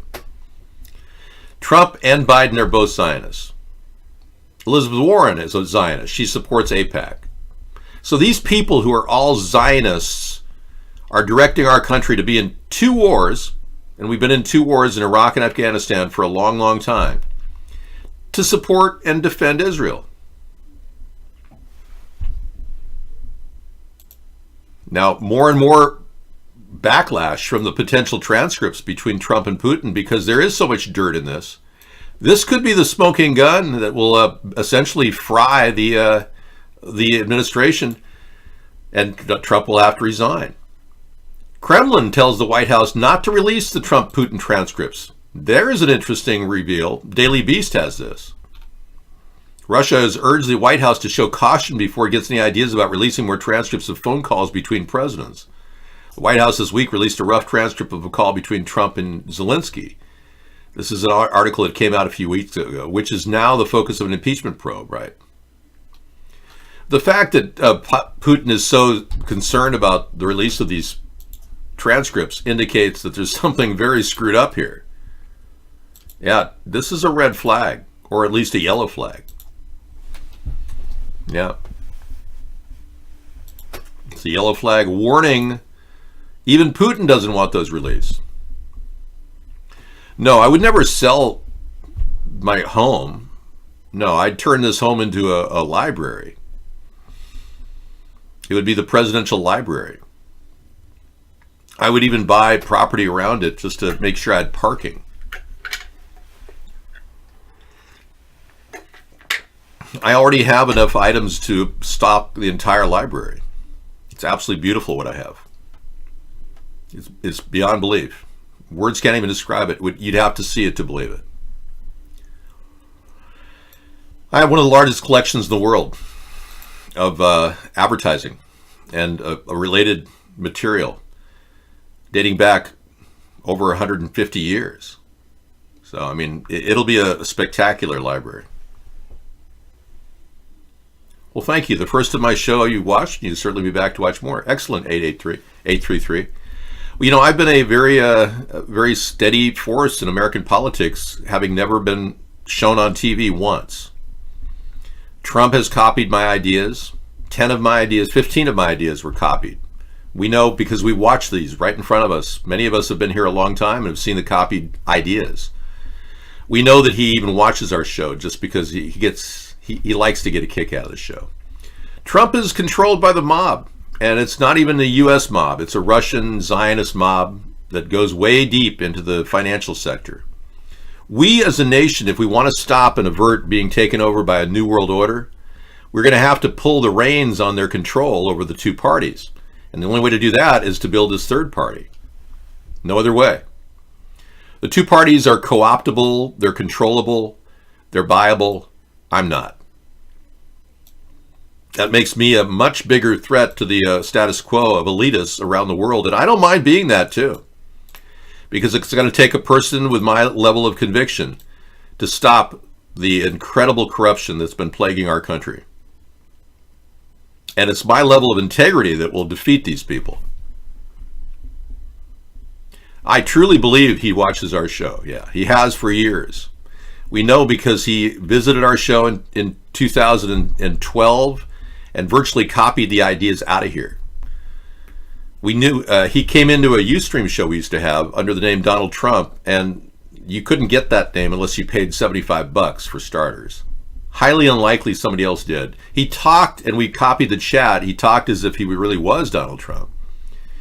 And then later we found out that my ideas were popping up in his campaign speeches all over the place.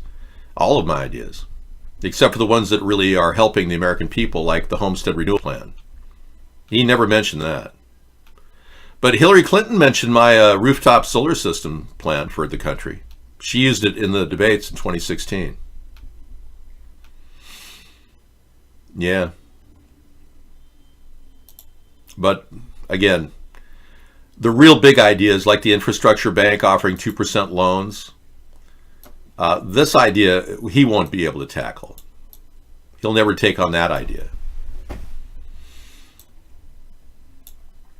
That idea is too big and too powerful. He wouldn't know how to manage it. Donald Trump doesn't have the brains to understand the importance of an infrastructure bank offering 2% loans to U.S. businesses hiring U.S. citizens at a living wage of $15 an hour. This plan actually bypasses the stalemate that between the Democrats and Republicans on all levels. It offers a tremendous boost of opportunity for big companies in America who are struggling right now, and small companies who want to start out. The requirements will be that you use that money to hire a certain number of people, and some of the money can be used for infrastructure capitalization, but not for investment overseas. Now, the problem with the TARP 1 loans, or TARP 1 and TARP 2 and quantitative easing, is that there were no strings attached. In their infinite stupidity, the Democrats, led by Barney Frank, didn't even plan on telling the people that got the money what to do with it. Now, I have exposed the reason why our economy is doing really well, as in the stock market is basically buoyant. And we've talked about that earlier.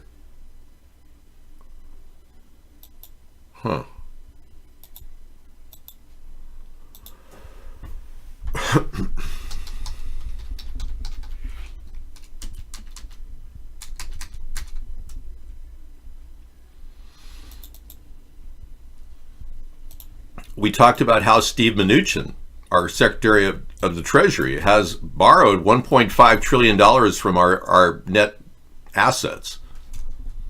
When I mean net assets, basically we took a loan out with the World Bank, and he stuck 1.5 trillion in hundreds into the system, and I don't see the paperwork cleared by the House. Something's wrong here. He claims that it's just in bank vaults all over the world.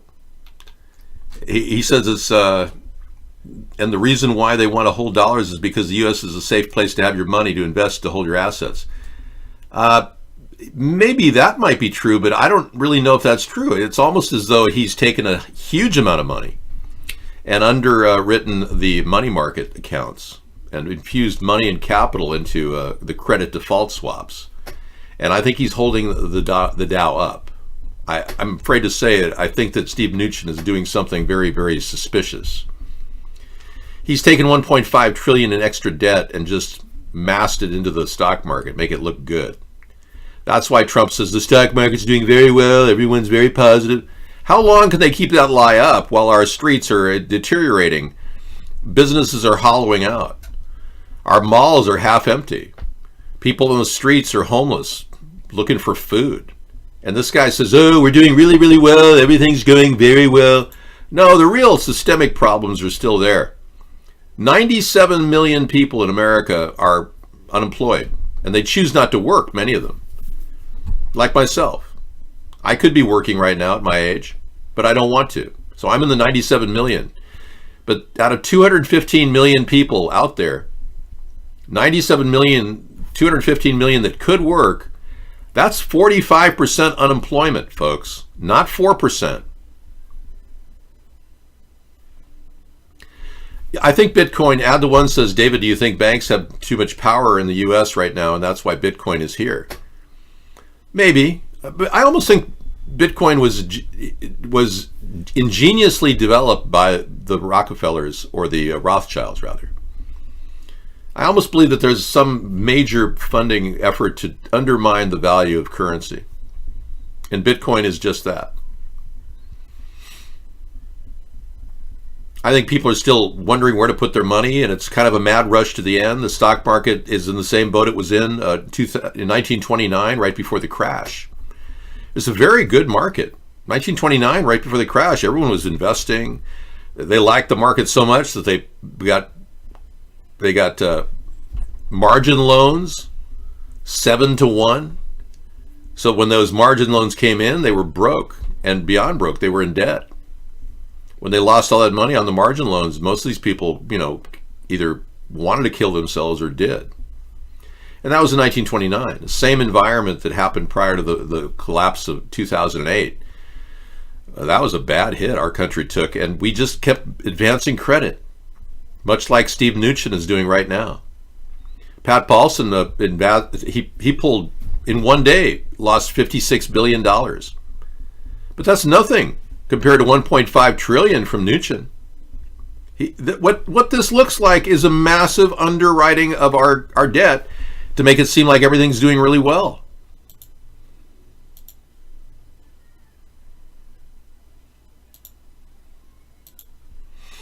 Okay, you guys can't write gibberish in the room.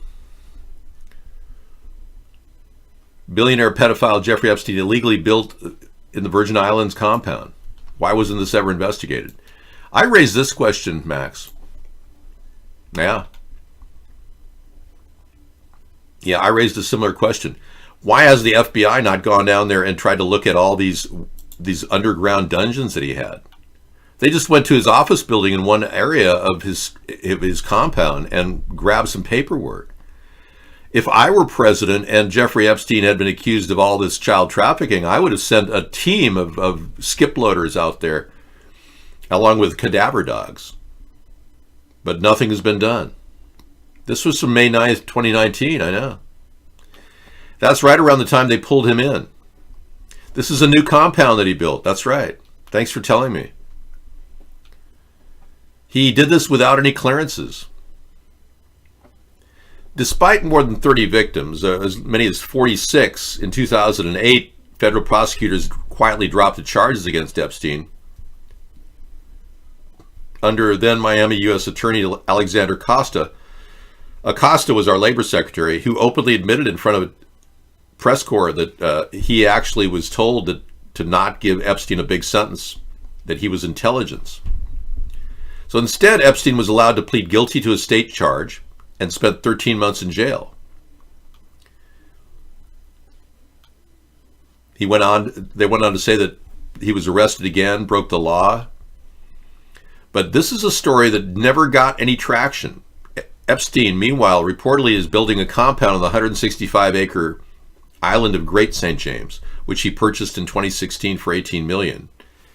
And he lived on Little St. James. So now he's built a compound on Great St. James. And I would send out a troop out there just to, investigate Great St. James. We'll see what's going on. But even Little St. James didn't even have any disclosure. Let me show you something that'll blow your mind. During the 2007 investigation, the FBI actually went in there with cameras and took some pictures, and many of those pictures have gone viral. Well,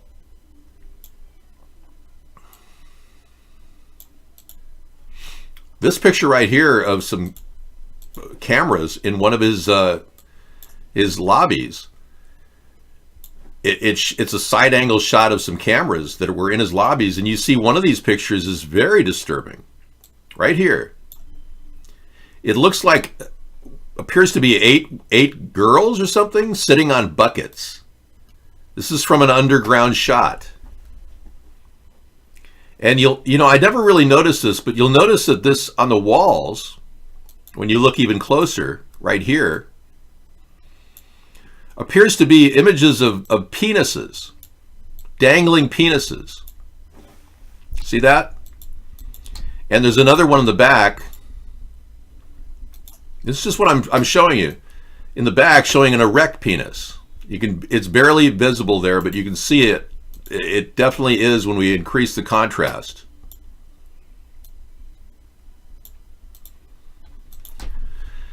I'm a little concerned that the government's giving this guy cover.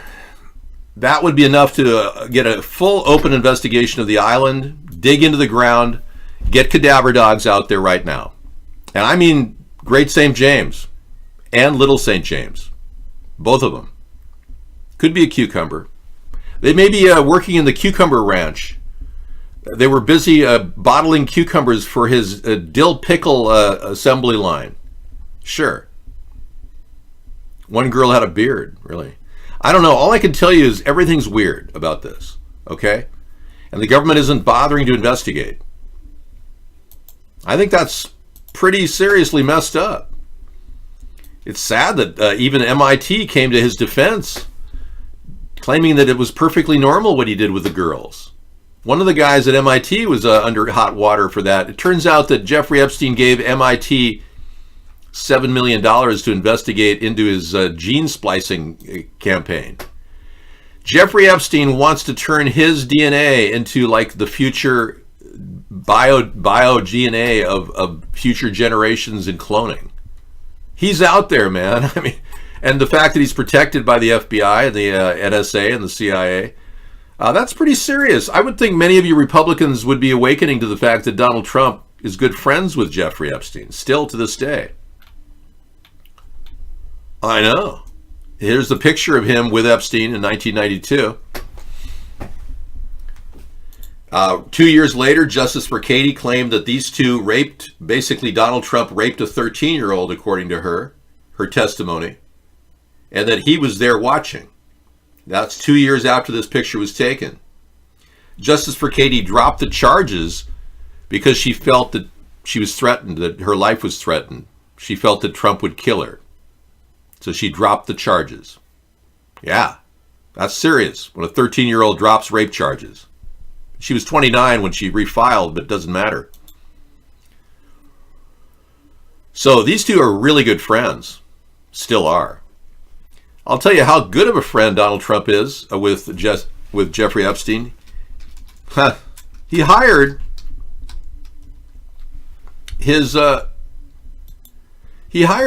Boris Epstein, a guy who's, I believe, a cousin of Jeffrey Epstein's, as his senior White House campaign manager for 2020. This young man here is Boris Epstein. Yeah, Boris. Boris is a cousin of Jeffrey. So Jeffrey had a finger in the senior campaign advisor 2020 for Donald Trump. Oh, this is a tight little circle of Ashkenazis. They don't give up either. They got you Goyams by the short hairs. Many of you have no idea what you're up to. Anyway, by voting for Donald Trump, you're basically supporting a Zionist-led directed government which caters to Israel at all times, allows Israel to make decisions about our country, and no longer gives us any independent foreign policy. Consequently, most of Donald Trump's foreign policy decisions are rudderless, without any guidance or any purpose. Even his recent decision to pull out of Syria looks like he's doing Putin's work. Like he just caved into Putin. Putin acquired a brand new aircraft landing strip, courtesy of the United States government. Pretty good deal, huh? Yeah. For nothing. Putin's got control over Trump and totally making decisions about him. Now, many of you want to know more about Obama's nefarious activities. So I'm going to give you a few seconds to just take a look at that story that we keep talking about. And that is Larry Sinclair and his gay sex with Barack Obama in a limousine with crack cocaine. Where Senator Obama exited the limousine with $250, which was provided to him by me. Returned a short while later with an 8-ball of cocaine, which he gave to me. I did ingest a couple of lines of cocaine, and shortly thereafter, Senator Obama produced a glass cylinder pipe and packet of crack cocaine from his pocket. Obama then smoked the crack cocaine.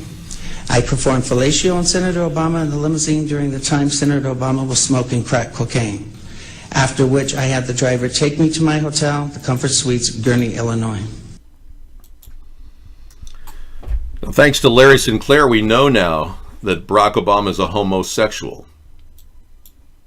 And I think that's great. You know, the fact that he's gay is perfectly fine.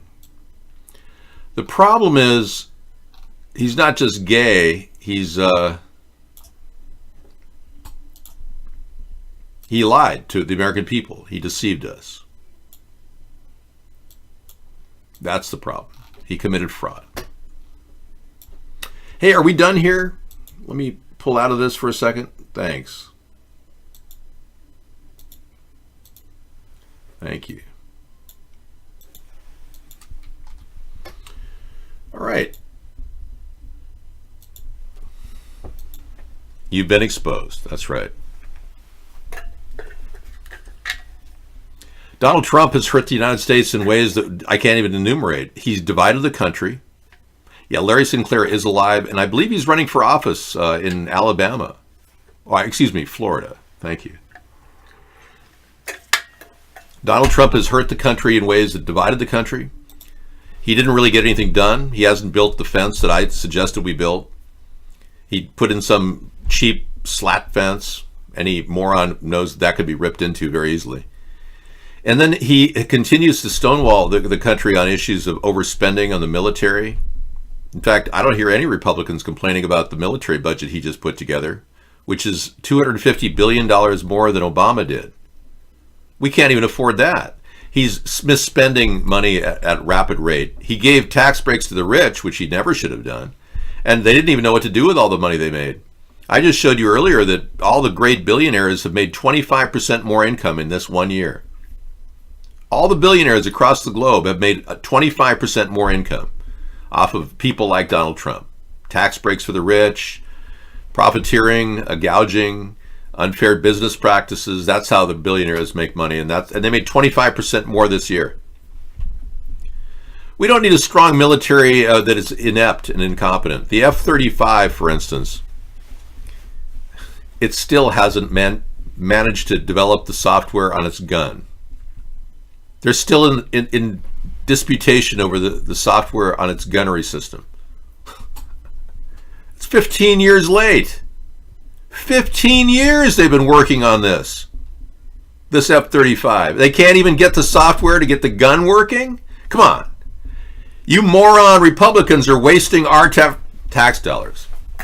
Our tax dollars are being dumped into a money pit, a black hole of F-35 wasted spending.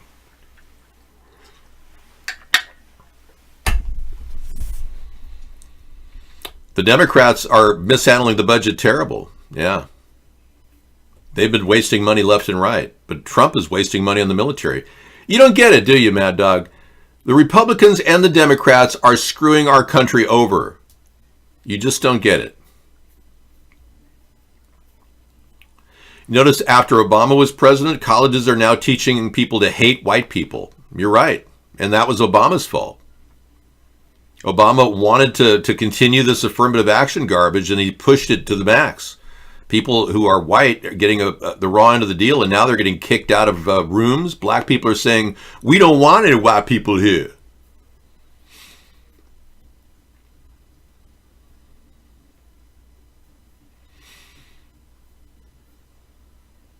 Right. Breitbart was murdered. Yeah. Joan Rivers was murdered. Justice Scalia was murdered. You're so right. Guest 833. Yeah, the Democrats under Obama were terrible. I agree. I truly believe that Breitbart was killed. I agree with you. And I also agree that Joan Rivers was killed. They slit her throat. Melissa Rivers, her daughter, during the trial stage, found out that there was no autopsy on her mother. Not even an autopsy to determine any foul play. Joan Rivers literally had her throat slit. Right there by a man who wasn't even supposed to be there. Doing a biopsy that she didn't order. And Melissa Rivers settled out of court for an undisclosed amount. She can't talk about it. Yes, Joan exposed Michelle. You're right. We all know that the video that Michelle played with Ellen DeGeneres was an indication of that. But more importantly, let me let it rip, you know? Let her rip. Let her rip.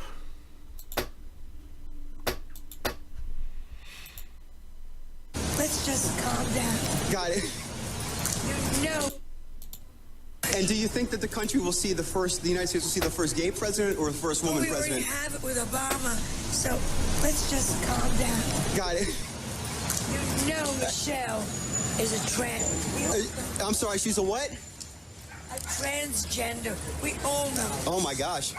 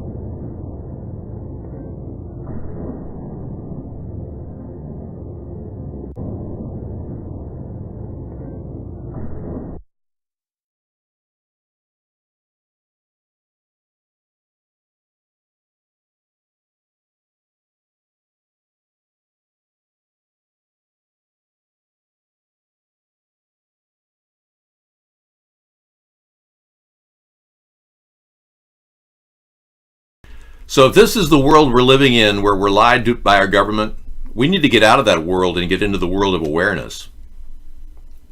You saw before your very eyes the image of what appears to be a schlong. Yeah. Yeah, you can tell he's a man just by his physical appearance, but Michael Obama is Michael LaVaughn Robinson. There's no ifs, ands, or buts. Well, there may be a but in there. Yeah. But I can tell you that this is an awakening that we've been involved with for years, talking about it on our show. And I welcome the idea of showing you that video because I want everyone to know we were lied to by the Democrats. The more people I convince of that, the more people will realize we need a centrist third party. Many Democrats say, well, so what if he was gay? So what if she's a transgender? Well, that's lying to the American people. When you have something right in front of your eyes that clearly shows a penis, and they claim that they're a normal heterosexual couple and even had children to boot, which appear to have fake parents too. Well, the real parents are good friends, Nesbitt. These people are good friends of Barack Obama. And they loan their kids out, make a front. We never saw a pregnant picture of Michelle, ever. Anita Blanchard and Martin Nesbitt were good friends, and they went almost everywhere with Obama. They traveled as companions with the girls, too.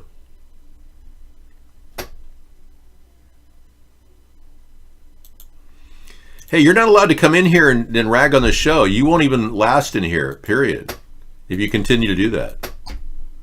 Yeah, I don't need your right-wing extremism either. We're centrists here. You're not a centrist. You're a right-wing retardican. I don't want you in the room. We don't need retardicans in here. Anyway, here's a really candid photograph of Barack Obama when he was hanging out on the campus of Occidental with Michael LaVaughn Robinson. And that is Michelle Obama. You can see the face is identical. That is Michelle Obama, Michael LaVaughn Robinson. And they were hanging out, having fun back in 1980, and they just thought it would be hilarious. You know what Obama said to Michael, or what Barack said to Michael, and Michael said to Barack? I can't believe we pulled it off. At the end of the tenure of 8 years, that was overheard on camera. Now, I don't have copies of the video of that, but right around the time they passed the torch over to Donald Trump, they were both overheard saying, I can't believe we pulled it off.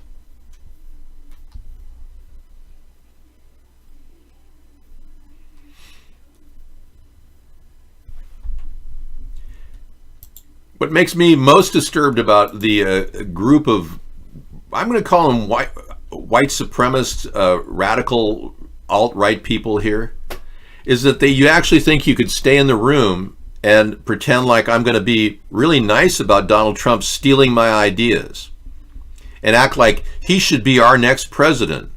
Not. I think it's kind of ironic that you actually have been in our room long enough to hang out long enough before your ire just got to the point where you couldn't handle it anymore. The more I worked on the issues that are right in front of you about Donald Trump, how he attacks all of the witnesses that have said he did quid pro quo, how he has no IRS tax returns, and how he has no tapes of Putin, that pretty much got you going, because you know you got nothing to defend yourself with this guy. He absolutely deserves impeachment. And you have no way of defending anything that's been happening except to call it a fake hoax. And the reaction of many of you to the reality that the predominant amount of information acquired from the Mueller report ironically had a massive amount of blackouts in it. And all of those relate to Russian hacking and election interference. So that'll be the next impeachment article, I'm sure, because the Democrats aren't done yet. They're going to start impeaching him on other levels too. Hacking of the election by the Russians along with election interference. Donald Trump knew, according to Mueller, he knew that the Russians had hacked the election and affected us. the outcome. And he didn't even tell the FBI. That is an impeachable, treasonous offense. I'm surprised you people are so stupid as to think I'm going to sit there and allow you to come into the room and try to disrespect me, calling me out on all kinds of things and claiming I'm some bad person when I've been 100% honest with all of you at all levels, and you expect to be my supporter because you sent me a flashlight? Go away. I don't want your flashlight. Thank you.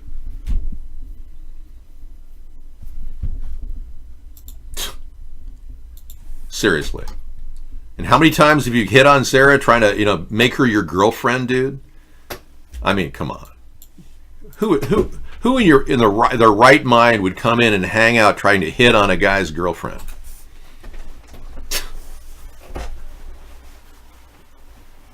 I have to laugh. It's time to grow up, buddy. Yeah, so Lindsey Graham is working for the Russians. There he is, hanging out with Blavatnik, Len Blavatnik, one of the Russian... He's actually a U.S.-UK citizenship guy, this guy, Blavatnik. But he works for Oleg Deripaska, the guy who rigged our entire election. Let me show you. Yeah, read about it. Lindsey Graham's getting money from... He said creepy things about her hair, her sweaters. Strange, not right. Wow. There you have it. Creepy guy syndrome came into play. So Len Blavatnik, a representative of Oleg Deripaska, the Russian oligarch that rigged our election. The guy involved with Nastya, the mistress, that said she had all the data and proof and audio recordings proving that Donald Trump was working with the Russians. She ended up giving it all back to Oleg Deripaska, this guy's boss. Anyway, he gives Lindsey Graham $3 million to get reelected. And he gave Mitch McConnell $3 million to get reelected, too. Yeah, so they got this thing rigged. The Russians have control over them, and then they got all the retardicans believing Donald Trump's statements that, it's all a Russian hoax, it's all fake news, they're all trying to scam. The reason why Donald Trump is tweeting like crazy all over the place is because it's the old adage, "Me lady doth protest too much." In England, that's a saying people use when somebody's lying through their teeth. If you're protesting something too much, it means you're covering up something. And that's what Donald Trump is doing. "Me lady doth protest too much," Donald. It's obvious of your guilt. There's no way you can deny it.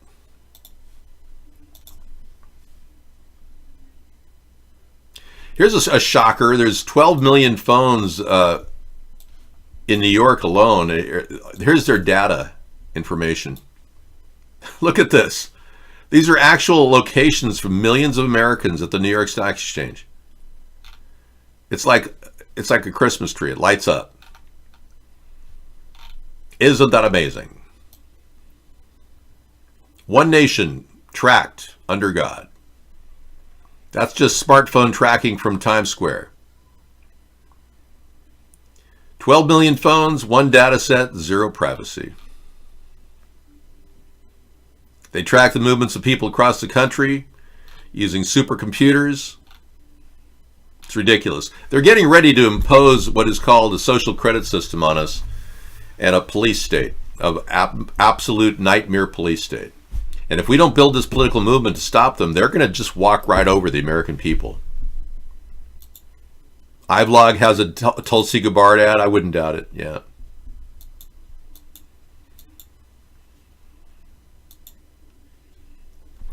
Well, I agree. The Democrats are ruined. The Democrats will never get anything done because they have a far left fringe attached to them. I totally agree with you, Final Dream. I don't like the Democrats either. That's why it was so hurtful for you-know-who telling me that I was some sort of a Democrat. I've been so far away from the Democrats for years, it's ridiculous. Well, you think Donald Trump is tweeting because the fake news lies. If Donald Trump was confident that he was going to win this, he wouldn't be tweeting at all. The fact that he's tweeting all the time indicates that he doesn't think he's going to beat this. Only people that are as insecure as Donald Trump would be tweeting all this time. If he knew he would beat this, he'd just quietly, say, no, all this is untrue. I'm not going to bother addressing it. It's okay.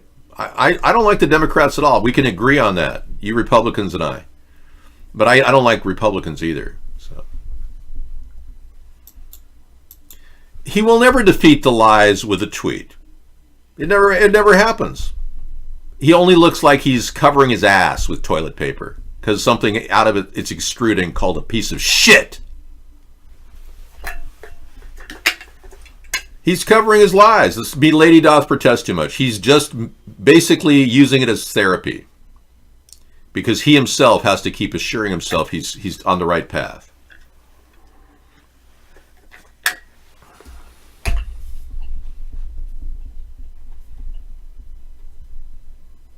I don't believe that Tulsi Gabbard has a chance at all because she's so far left. Tulsi Gabbard is on record saying that we need to have laws that would weaken our stance against pedophiles like Jeffrey Epstein. Basically, she said that average Americans should be given the same nice treatment as Jeffrey Epstein was in his first set of charges for trafficking children. That's just an unbelievably leftist mindset. And Tulsi Gabbard has been seen hanging out with Antifa members. I mean, if she wanted to admit that she's a transgender, that'd be great. That'd be the first step in the right direction. She may get military and vet support, but that's about it. But if she does admit that she's a transgender, good luck,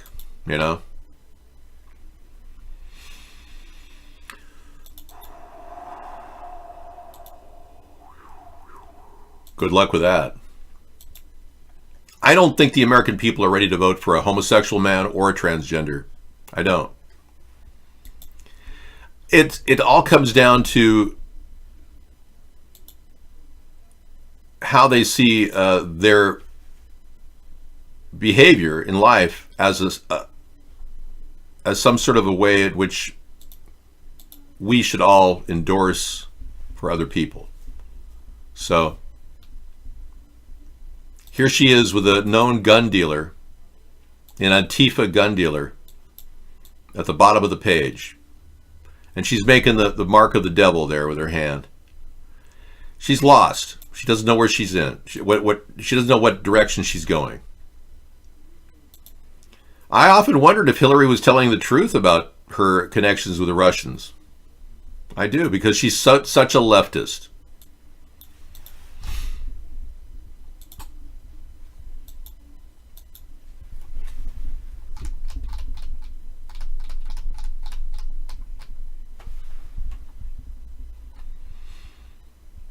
The Democrats actually have the voting power that you Republicans don't have.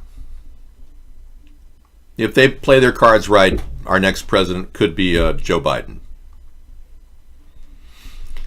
The Democrats have the numbers. Joe Biden's got the winning approach. The only way to defeat Donald Trump is right back in his face, verbally attacking the guy like a attack dog. And Joe Biden's got that down. We just want to pull Joe Biden in a little bit. He's a little out there. It's not quite, It is, the money is there if we can save. I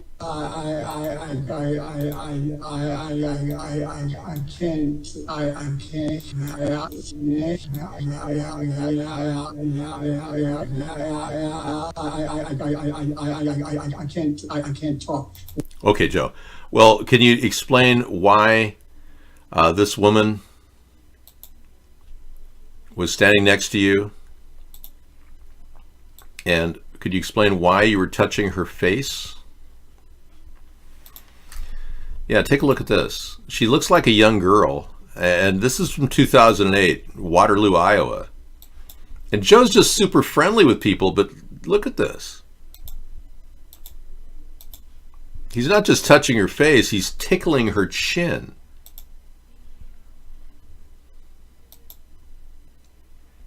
Look at that. And notice how she immediately turns her head away, too.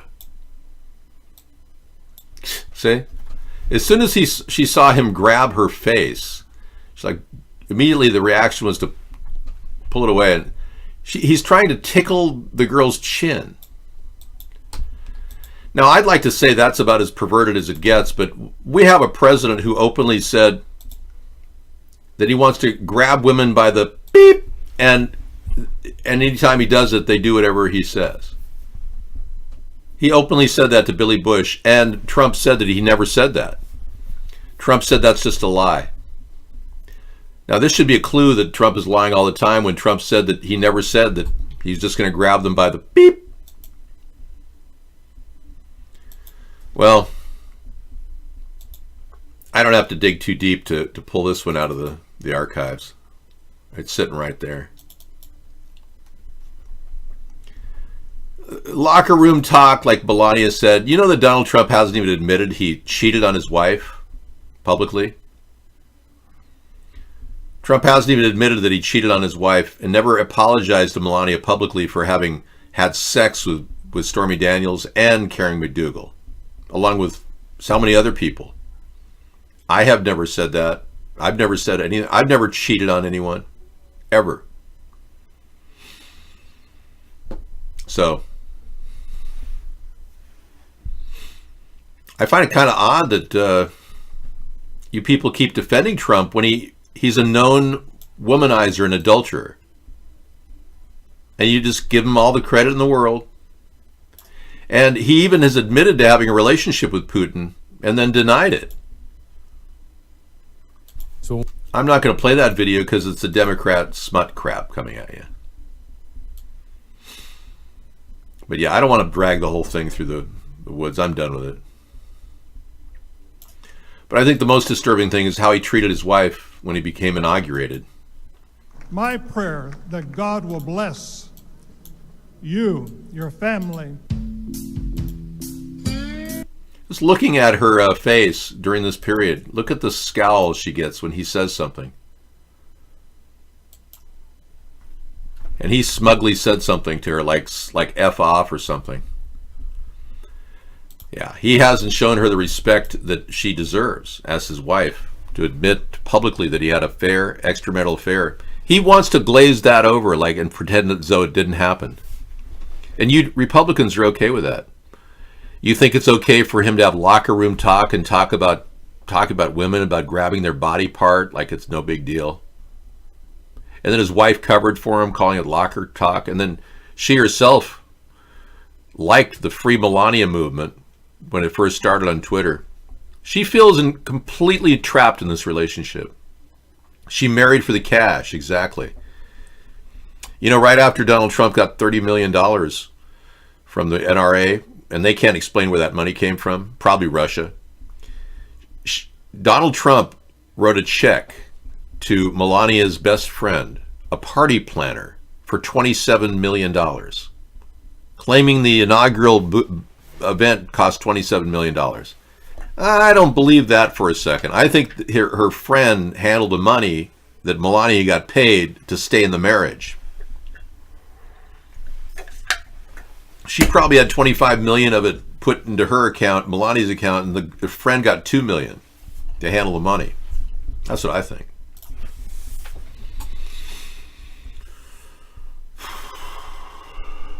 Anyway, I don't think we have a problem with a person by the name of Joe Biden. I really don't. I don't think we have a problem with a person named Donald Trump. We have a problem with the entire system and how screwed up it is. We have a problem that prevented people like me from getting even noticed publicly in our political system, getting any press whatsoever. I've been completely censored for 11 years. Completely. Anytime anyone mentions my name, they lose their job in the media. So I'm just not at this point prepared to say that either Donald Trump or Joe Biden are really the problem.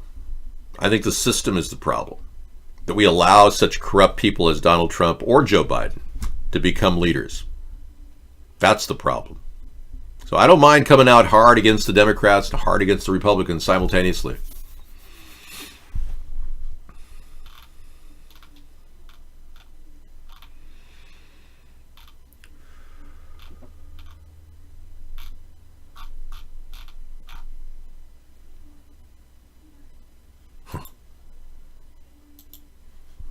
All right. No, he didn't say smile, bitch. Everyone is watching. Don't embarrass me. That would have taken all of what, maybe 6 or 7 seconds. No, he truly told her, like, F off. Look at his mouth. You can see it very slowly. He told his own wife something so horrible that her face slunk into like a spasm of guilt and recrimination. My prayer that God will bless you, your... Look at that. This, as you see it, he said, F you too. See that? And screw you. Something like that. And screw you. Or an F you.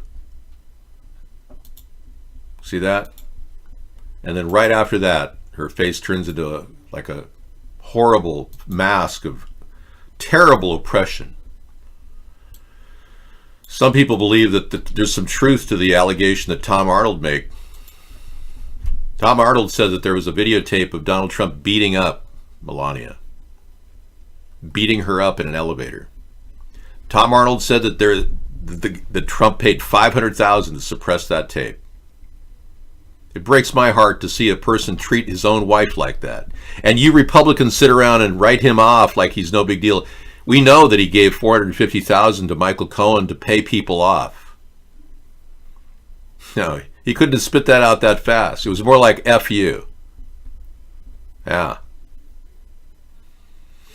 Didn't have a lot of time to say it, but whatever he said pissed her off. You saw that. So he hasn't even admitted that he's had sex with Stormy Daniels or Karen McDougal, but he paid them off to keep them quiet.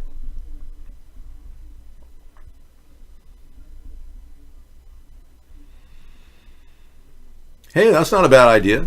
A robot to patrol the parking areas. As long as it doesn't have cash value, because somebody will steal it and take it away. You may want to put lead in it, too, so they can't lift it off the ground. Thank you. Hank, thanks for sharing my videos. Anyways, Trump isn't addressing the big problems in the country yet, and when he does, he wants to actually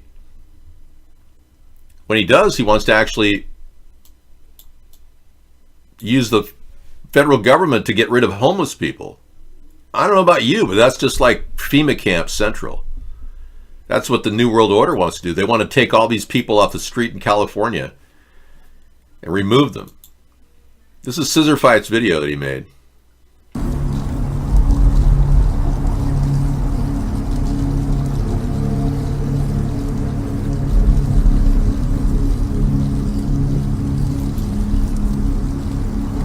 If Trump had his way, he'd take a skip loader and pick all these people up and take them and send them to the federal FEMA camp in Nevada.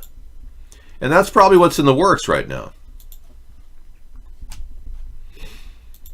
Yeah, this is a reality that we're dealing with. That's 7 minutes of nonstop homelessness, courtesy of Scissor Fight. We'll be playing that tonight. We'll appreciate the real problems in the streets of America that Trump can't even possibly begin to solve. If I had been president over the past 3 years, I guarantee there would have been bathroom facilities in Skid Row with outdoor showers, so people could rinse off. Yeah. Privacy showers for men and women. He'd have a bulldozer scoop those tents up and everything in and take them all to the city dump, including the people. Stop messing with Soul Child, please. Thank you. I'm going to boot you out of there for bothering Soul Child in the room. Sorry, this person is harassing you. We could get FEMA trailers to the people who need them. You're right. In fact, if those FEMA trailers still exist, I'd be glad to put them to use. We'll just air them out really well. You know, your mom may have a point. I mean, if President Obama was a homosexual Muslim like he was,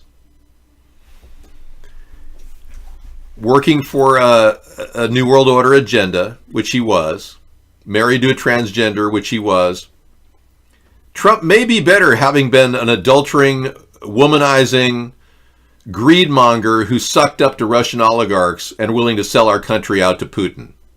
Good point. You have a very good point. I think your mom is right. Obama was worse than Trump, but they're both working for the New World Order.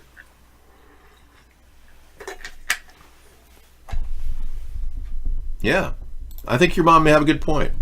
I disliked Obama terribly because I saw what he did. I was so much in anger at Obama, I did a blackface video in 2009 impersonating him. And people called me racist in the Democratic Party.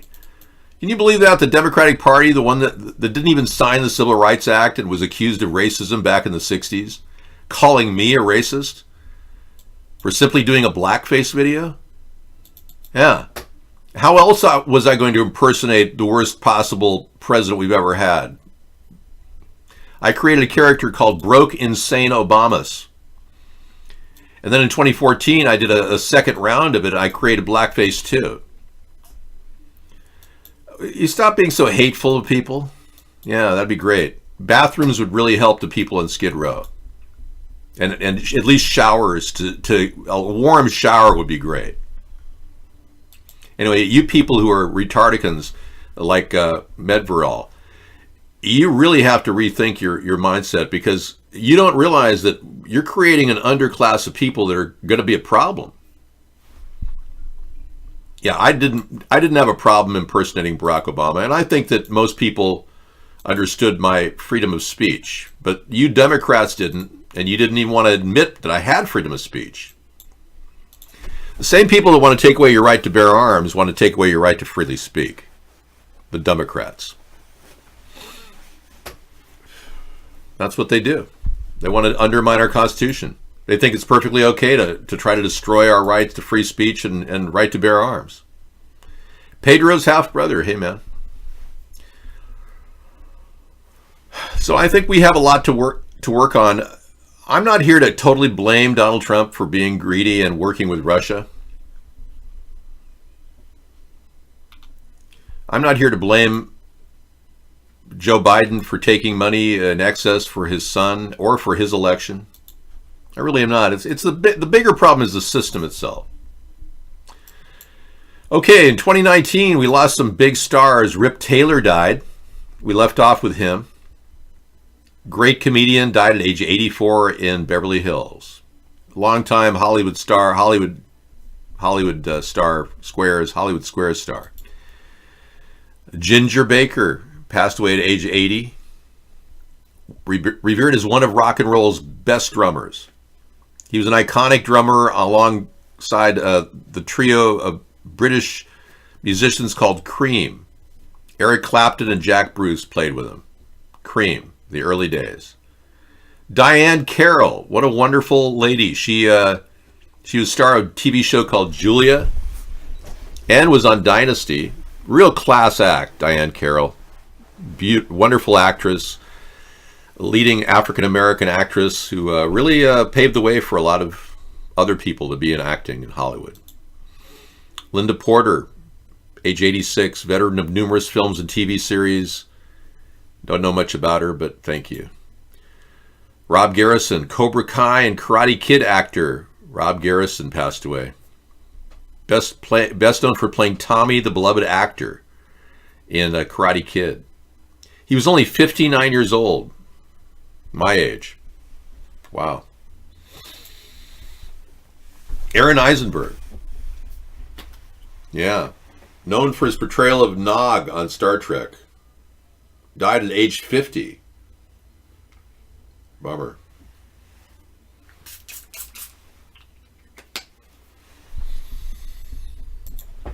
Cokie Roberts, famous ABC News analyst. Cokie Roberts and NPR. Major voice in American politics for decades. Rick Ocasek, Cars lead singer, died at age 75. He was unresponsive in his bed in his New York townhouse, pronounced dead on the scene. Oh man, Eddie Money. He was going to do another tour. Found out he had esophageal cancer, stage 4. Died shortly thereafter at age 70. Eddie Money, great act. Chris March, Project Runway.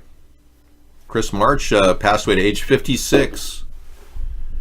He was a designer for Project Runway. Wow. I remember him on the show. Wow, that's too bad. At least he had some time on the screen. Dan Warner, has passed away, apparent heart attack. Don't even guitarist Dan Warner.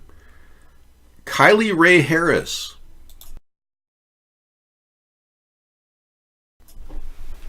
Passed away at age 30. Harris publicists confirmed that she died in a 3-vehicle car crash in northern New Mexico on September 4th. Wow. Huh. It's very sad. Age 30, my goodness. Peter Lindbergh, fashion photographer, passed away. He teamed up with Meghan Markle for her issue of Vogue magazine before he died. Valerie Harper. I saw her in person one day. Died at 80 years old of brain cancer. She lived all the way. She was only given 3 months to live in 2013. She had a lung cancer diagnosis in 2009, and she lived 10 years later. Finally succumbed to brain cancer. Peter Fonda died of respiratory failure, age 79. The creator of one of the great key actors in Easy Rider, along with Dennis Hopper. The son of course, Peter Fonda. The son of Henry Fonda. David Berman, the songwriter, known for, he died, age 52. Wow. That's terribly early. Barry Coe, actor, age 84, bone marrow, was in Peyton Place. Toni Morrison, Nobel Prize novelist, died at age 88. Russi Taylor, the voice of Minnie Mouse, died at age 75. Voice of Minnie Mouse, wow. Gabe Kuth, best known for his role in Once Upon a Time, has died at age 46. Some of these people, I don't even know who they are. Rutger Hauer, oh my God, I didn't realize he died. Whatever. Hauer died at his home in the Netherlands on July 19th after a short illness. He's been in a lot of movies. Blade Runner, The Hitcher, Lady Hawk, Batman Begins. Rutger Hauer is dead. I had no idea. I'm going to leave it on that note tonight. We'll get back to more dead people tomorrow. People that died in 2019. Wow. Crazy. Yesterday I featured discussion of Luke Perry, who passed away at age 52. I had a chance to meet him. Hopper was the director of Easy Rider. Yeah. Interesting. I met Hopper too. I met Dennis Hopper. I talked with him for about almost an hour. Pretty cool talking to him too. A nice conversation. Well, I'd say it's about 45-minute conversation, yeah, as I recall. David, I'd pay a tax for a program for the homeless who want to work. I'd rather pay that than welfare. I think you should be able to do that, yeah. Well, what we're going to be doing is taking money as a donation, a philanthropic donation, to get behind the Homestead Renewal Plan. And I've talked to you about the Homestead Renewal Plan tonight because it's a way of getting people a job who don't have any training whatsoever and paid $15 an hour. So the idea of the solar rooftop revolution is another idea that could kick off, but the Homestead Renewal Plan could veritably get people average jobs. So you'd be able to make a donation to that. We're going to be using $4 billion in the home program that's currently allocated under HUD to get the thing kick-started, but any more money would be greatly appreciated. We're going to set up a fund to do that. I'm also going to be setting up a fund for mobile service units so people could donate to that as well to get that off the ground. So we can get people mobile service units that provide bathrooms, showers with recycled water, as well as portable mailboxes, computer access, charging stations for USB charging off of solar panels. Those units will have to take money to build too. We're going to have to, work off donations initially, because there's not a lot of funding left. When Donald Trump will resign from office and will leave us with next to nothing in our coffer, and Pence will no doubt be our president soon, we will be looking at a pretty meager budget, and being able to even roll forward at this point will be a shocker for many of you people. We've been relying on, that's not funny, we've been relying on borrowing money ever since Barack Obama and George W. Bush and other presidents, including Donald Trump, have been president. They literally are borrowing the money to run the country. That's how poorly run it is. No, they call those tiny houses. Yeah, we plan on having tiny houses, yeah. Vaughn won't load tonight. Censorship is real, yeah. Well, at least you got iBlog. That's a good thing. I just can't get over Rutger Hauer died. That's just so sad. I mean, he was always such almost a fixture in modern cinema. And look at how old and how old he got so quick. Wow. Just shocking. I had no idea he died.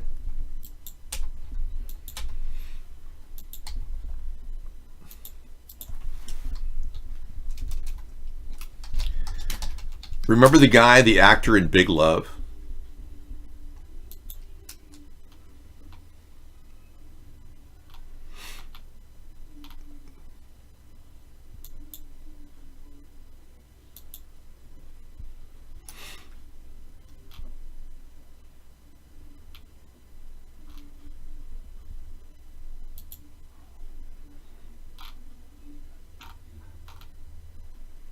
Bill Paxton. Remember him? I was shocked when he died. He had a heart problem. But wasn't he like the most like youthful guy that ever played in film? It's like almost like he had a tremendous strength about him.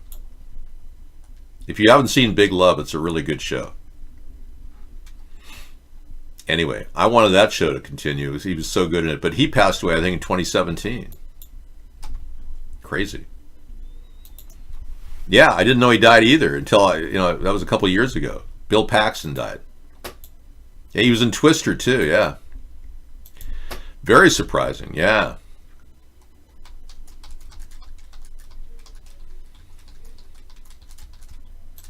Yeah, well, I'm glad iBlog is there for you, and I'm glad we've got other shows too, Twitch and Periscope. But our Twitch has been knocked down to the bottom. Periscope's getting a little more action.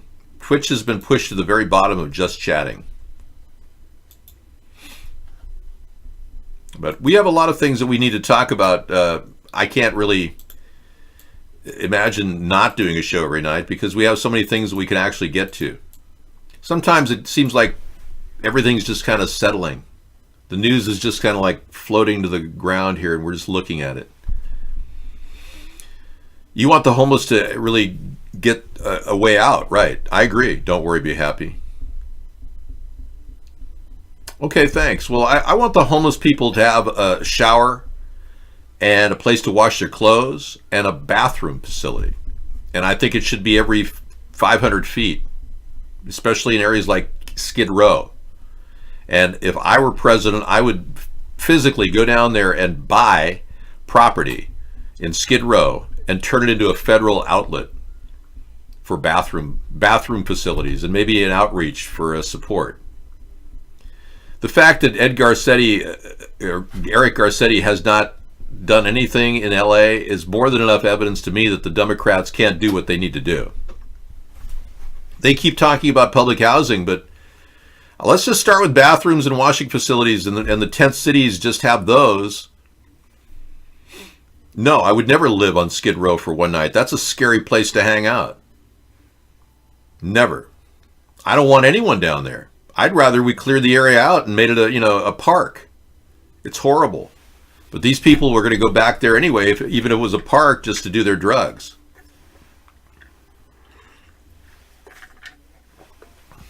I care more about our vets than I do illegals.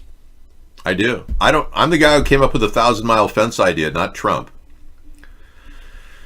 I wanted to keep the illegals out of our country for the past 3 years, but Trump is wasting our time with his ridiculous slat fence he created. But what I wanted to see is solutions for the vets. So the $500 a month plan is actually earmarked for the vets. They're the people that are in the donut hole that can't really get any funding because they didn't resign. They didn't retire. They don't have a retirement plan. So $500 a month would help them a lot. That would be a huge benefit for people who are in need. Yeah, so this is really focused on the vets. 1/3 of our vets right now are homeless. And many of them don't have an address. So we'll automatically give everybody who is a vet at least an email address. And if they don't know how to use a computer, we'll give them like a mailbox attached to the mobile service unit. It'll be albeit temporary. It'll give them a place they can collect any paperwork or anything they need, like their EBT card. And in the EBT card, they'll have a $500 a month amount to spend. And because there's so many people that are trying to stop me, I'm going to succeed. I've had so many people try to come into our show, attacking our show on a nightly basis, that it shows me that I'm onto something. The more they come out attacking me, the more I'm liking the idea of doing this. The more they attack me, the more I'm going to do this for free. And the more they're going to get burned in the long run. I'm talking about a washer and dryer too. We're talking washers, dryers, and bathroom facilities. Yeah. You're going to give people jobs that they're not going to even want to work. Many of these people just want a shower, a place to clean their clothes, and then they're going to go back to doing their drugs. I know these people. I've been on the streets myself. I've been with all these different people of all different kinds. I spent lots of time with homeless people when I was younger. Doctors and psychologists won't solve homelessness. No, they're a waste of your money. They're only going to be a bridge toward more dependency. You say, oh, we're going to give you a psychologist. That's another layer of government, more bureaucracy. We're not going to create solutions by creating more bureaucracy. Baltimore's mayor is blaming the highest murder rate on Trump. Well, let me tell you, Baltimore is working with the government to create a riot situation. They've been doing this since Obama. They've got a whole riot plan to deal with potential riots like the one they had under Obama. I lived in my car for 2 years, when I was saving money out of college. How do you think I saved enough money to retire age 50? I hardly spent any money for years because I lived very cautiously. And in the reality that these people come in here who are paid, mind you, lots of money to stop me, the more they try to stop me, the more I'm assured that they're absolutely wrong about everything they're saying. You see, all the word of mouth that I've had around the world has spread like wildfire. And people talk about this effort globally. Here in America, I'm still censored heavily. But that really weighs heavily on these elitists that know full well that this entire third-party idea is going to go viral, whether they like it or not. So as much as they're trying to suppress it, they can't stop the word of mouth that's going on around the world. They're going to lose this battle because I've already won it. Just a matter of time before I get 1 second of press time in America. Your friend lived in his car for years too, one of the best persons you know. That's cool. Yeah, right now most homeless people are going to Walmart bathrooms and, hanging out there. And some people are living in Walmart parking lots right now. So believe me, this economy is not doing well. I showed you how Steve Mnuchin is possibly faking the growth in the economy, and the stock market is bolstered by $1.5 trillion in missing money. That's something to actually think about, folks. When our Secretary of Treasury can't account for $1.5 trillion, you know something's wrong. He says they're in the hidden banks somewhere. That's BS.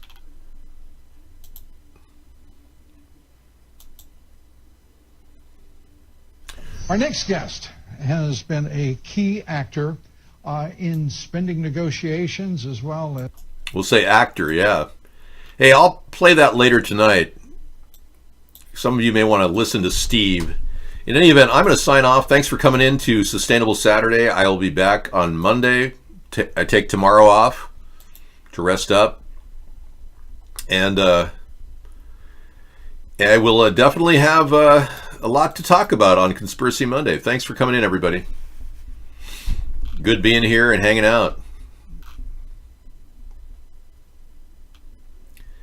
Try to maintain a positive view, and remember, it's not Donald Trump's fault that he's so greedy he was manipulated by Russians.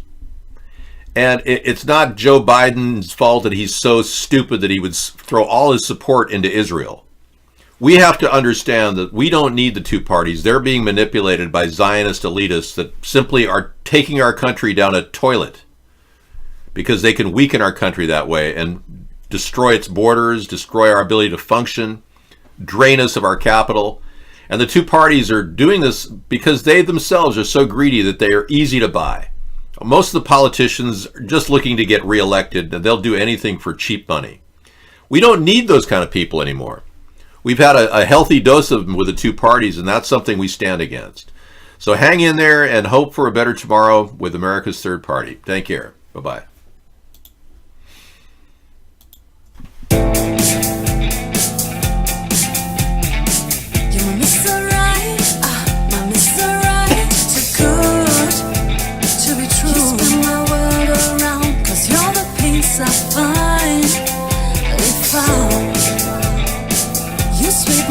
My feet, my heart stops to beat, cause you make me melt away.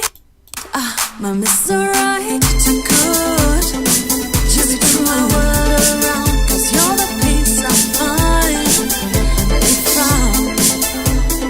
If you sweep me off my feet, my heart stops to beat, cause you make me melt away.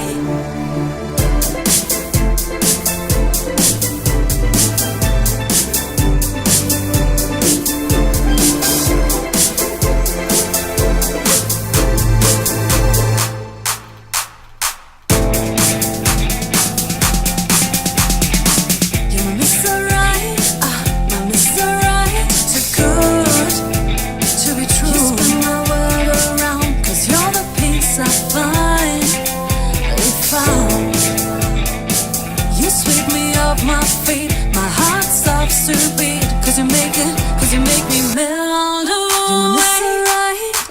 My Mr. Right, too good to be true.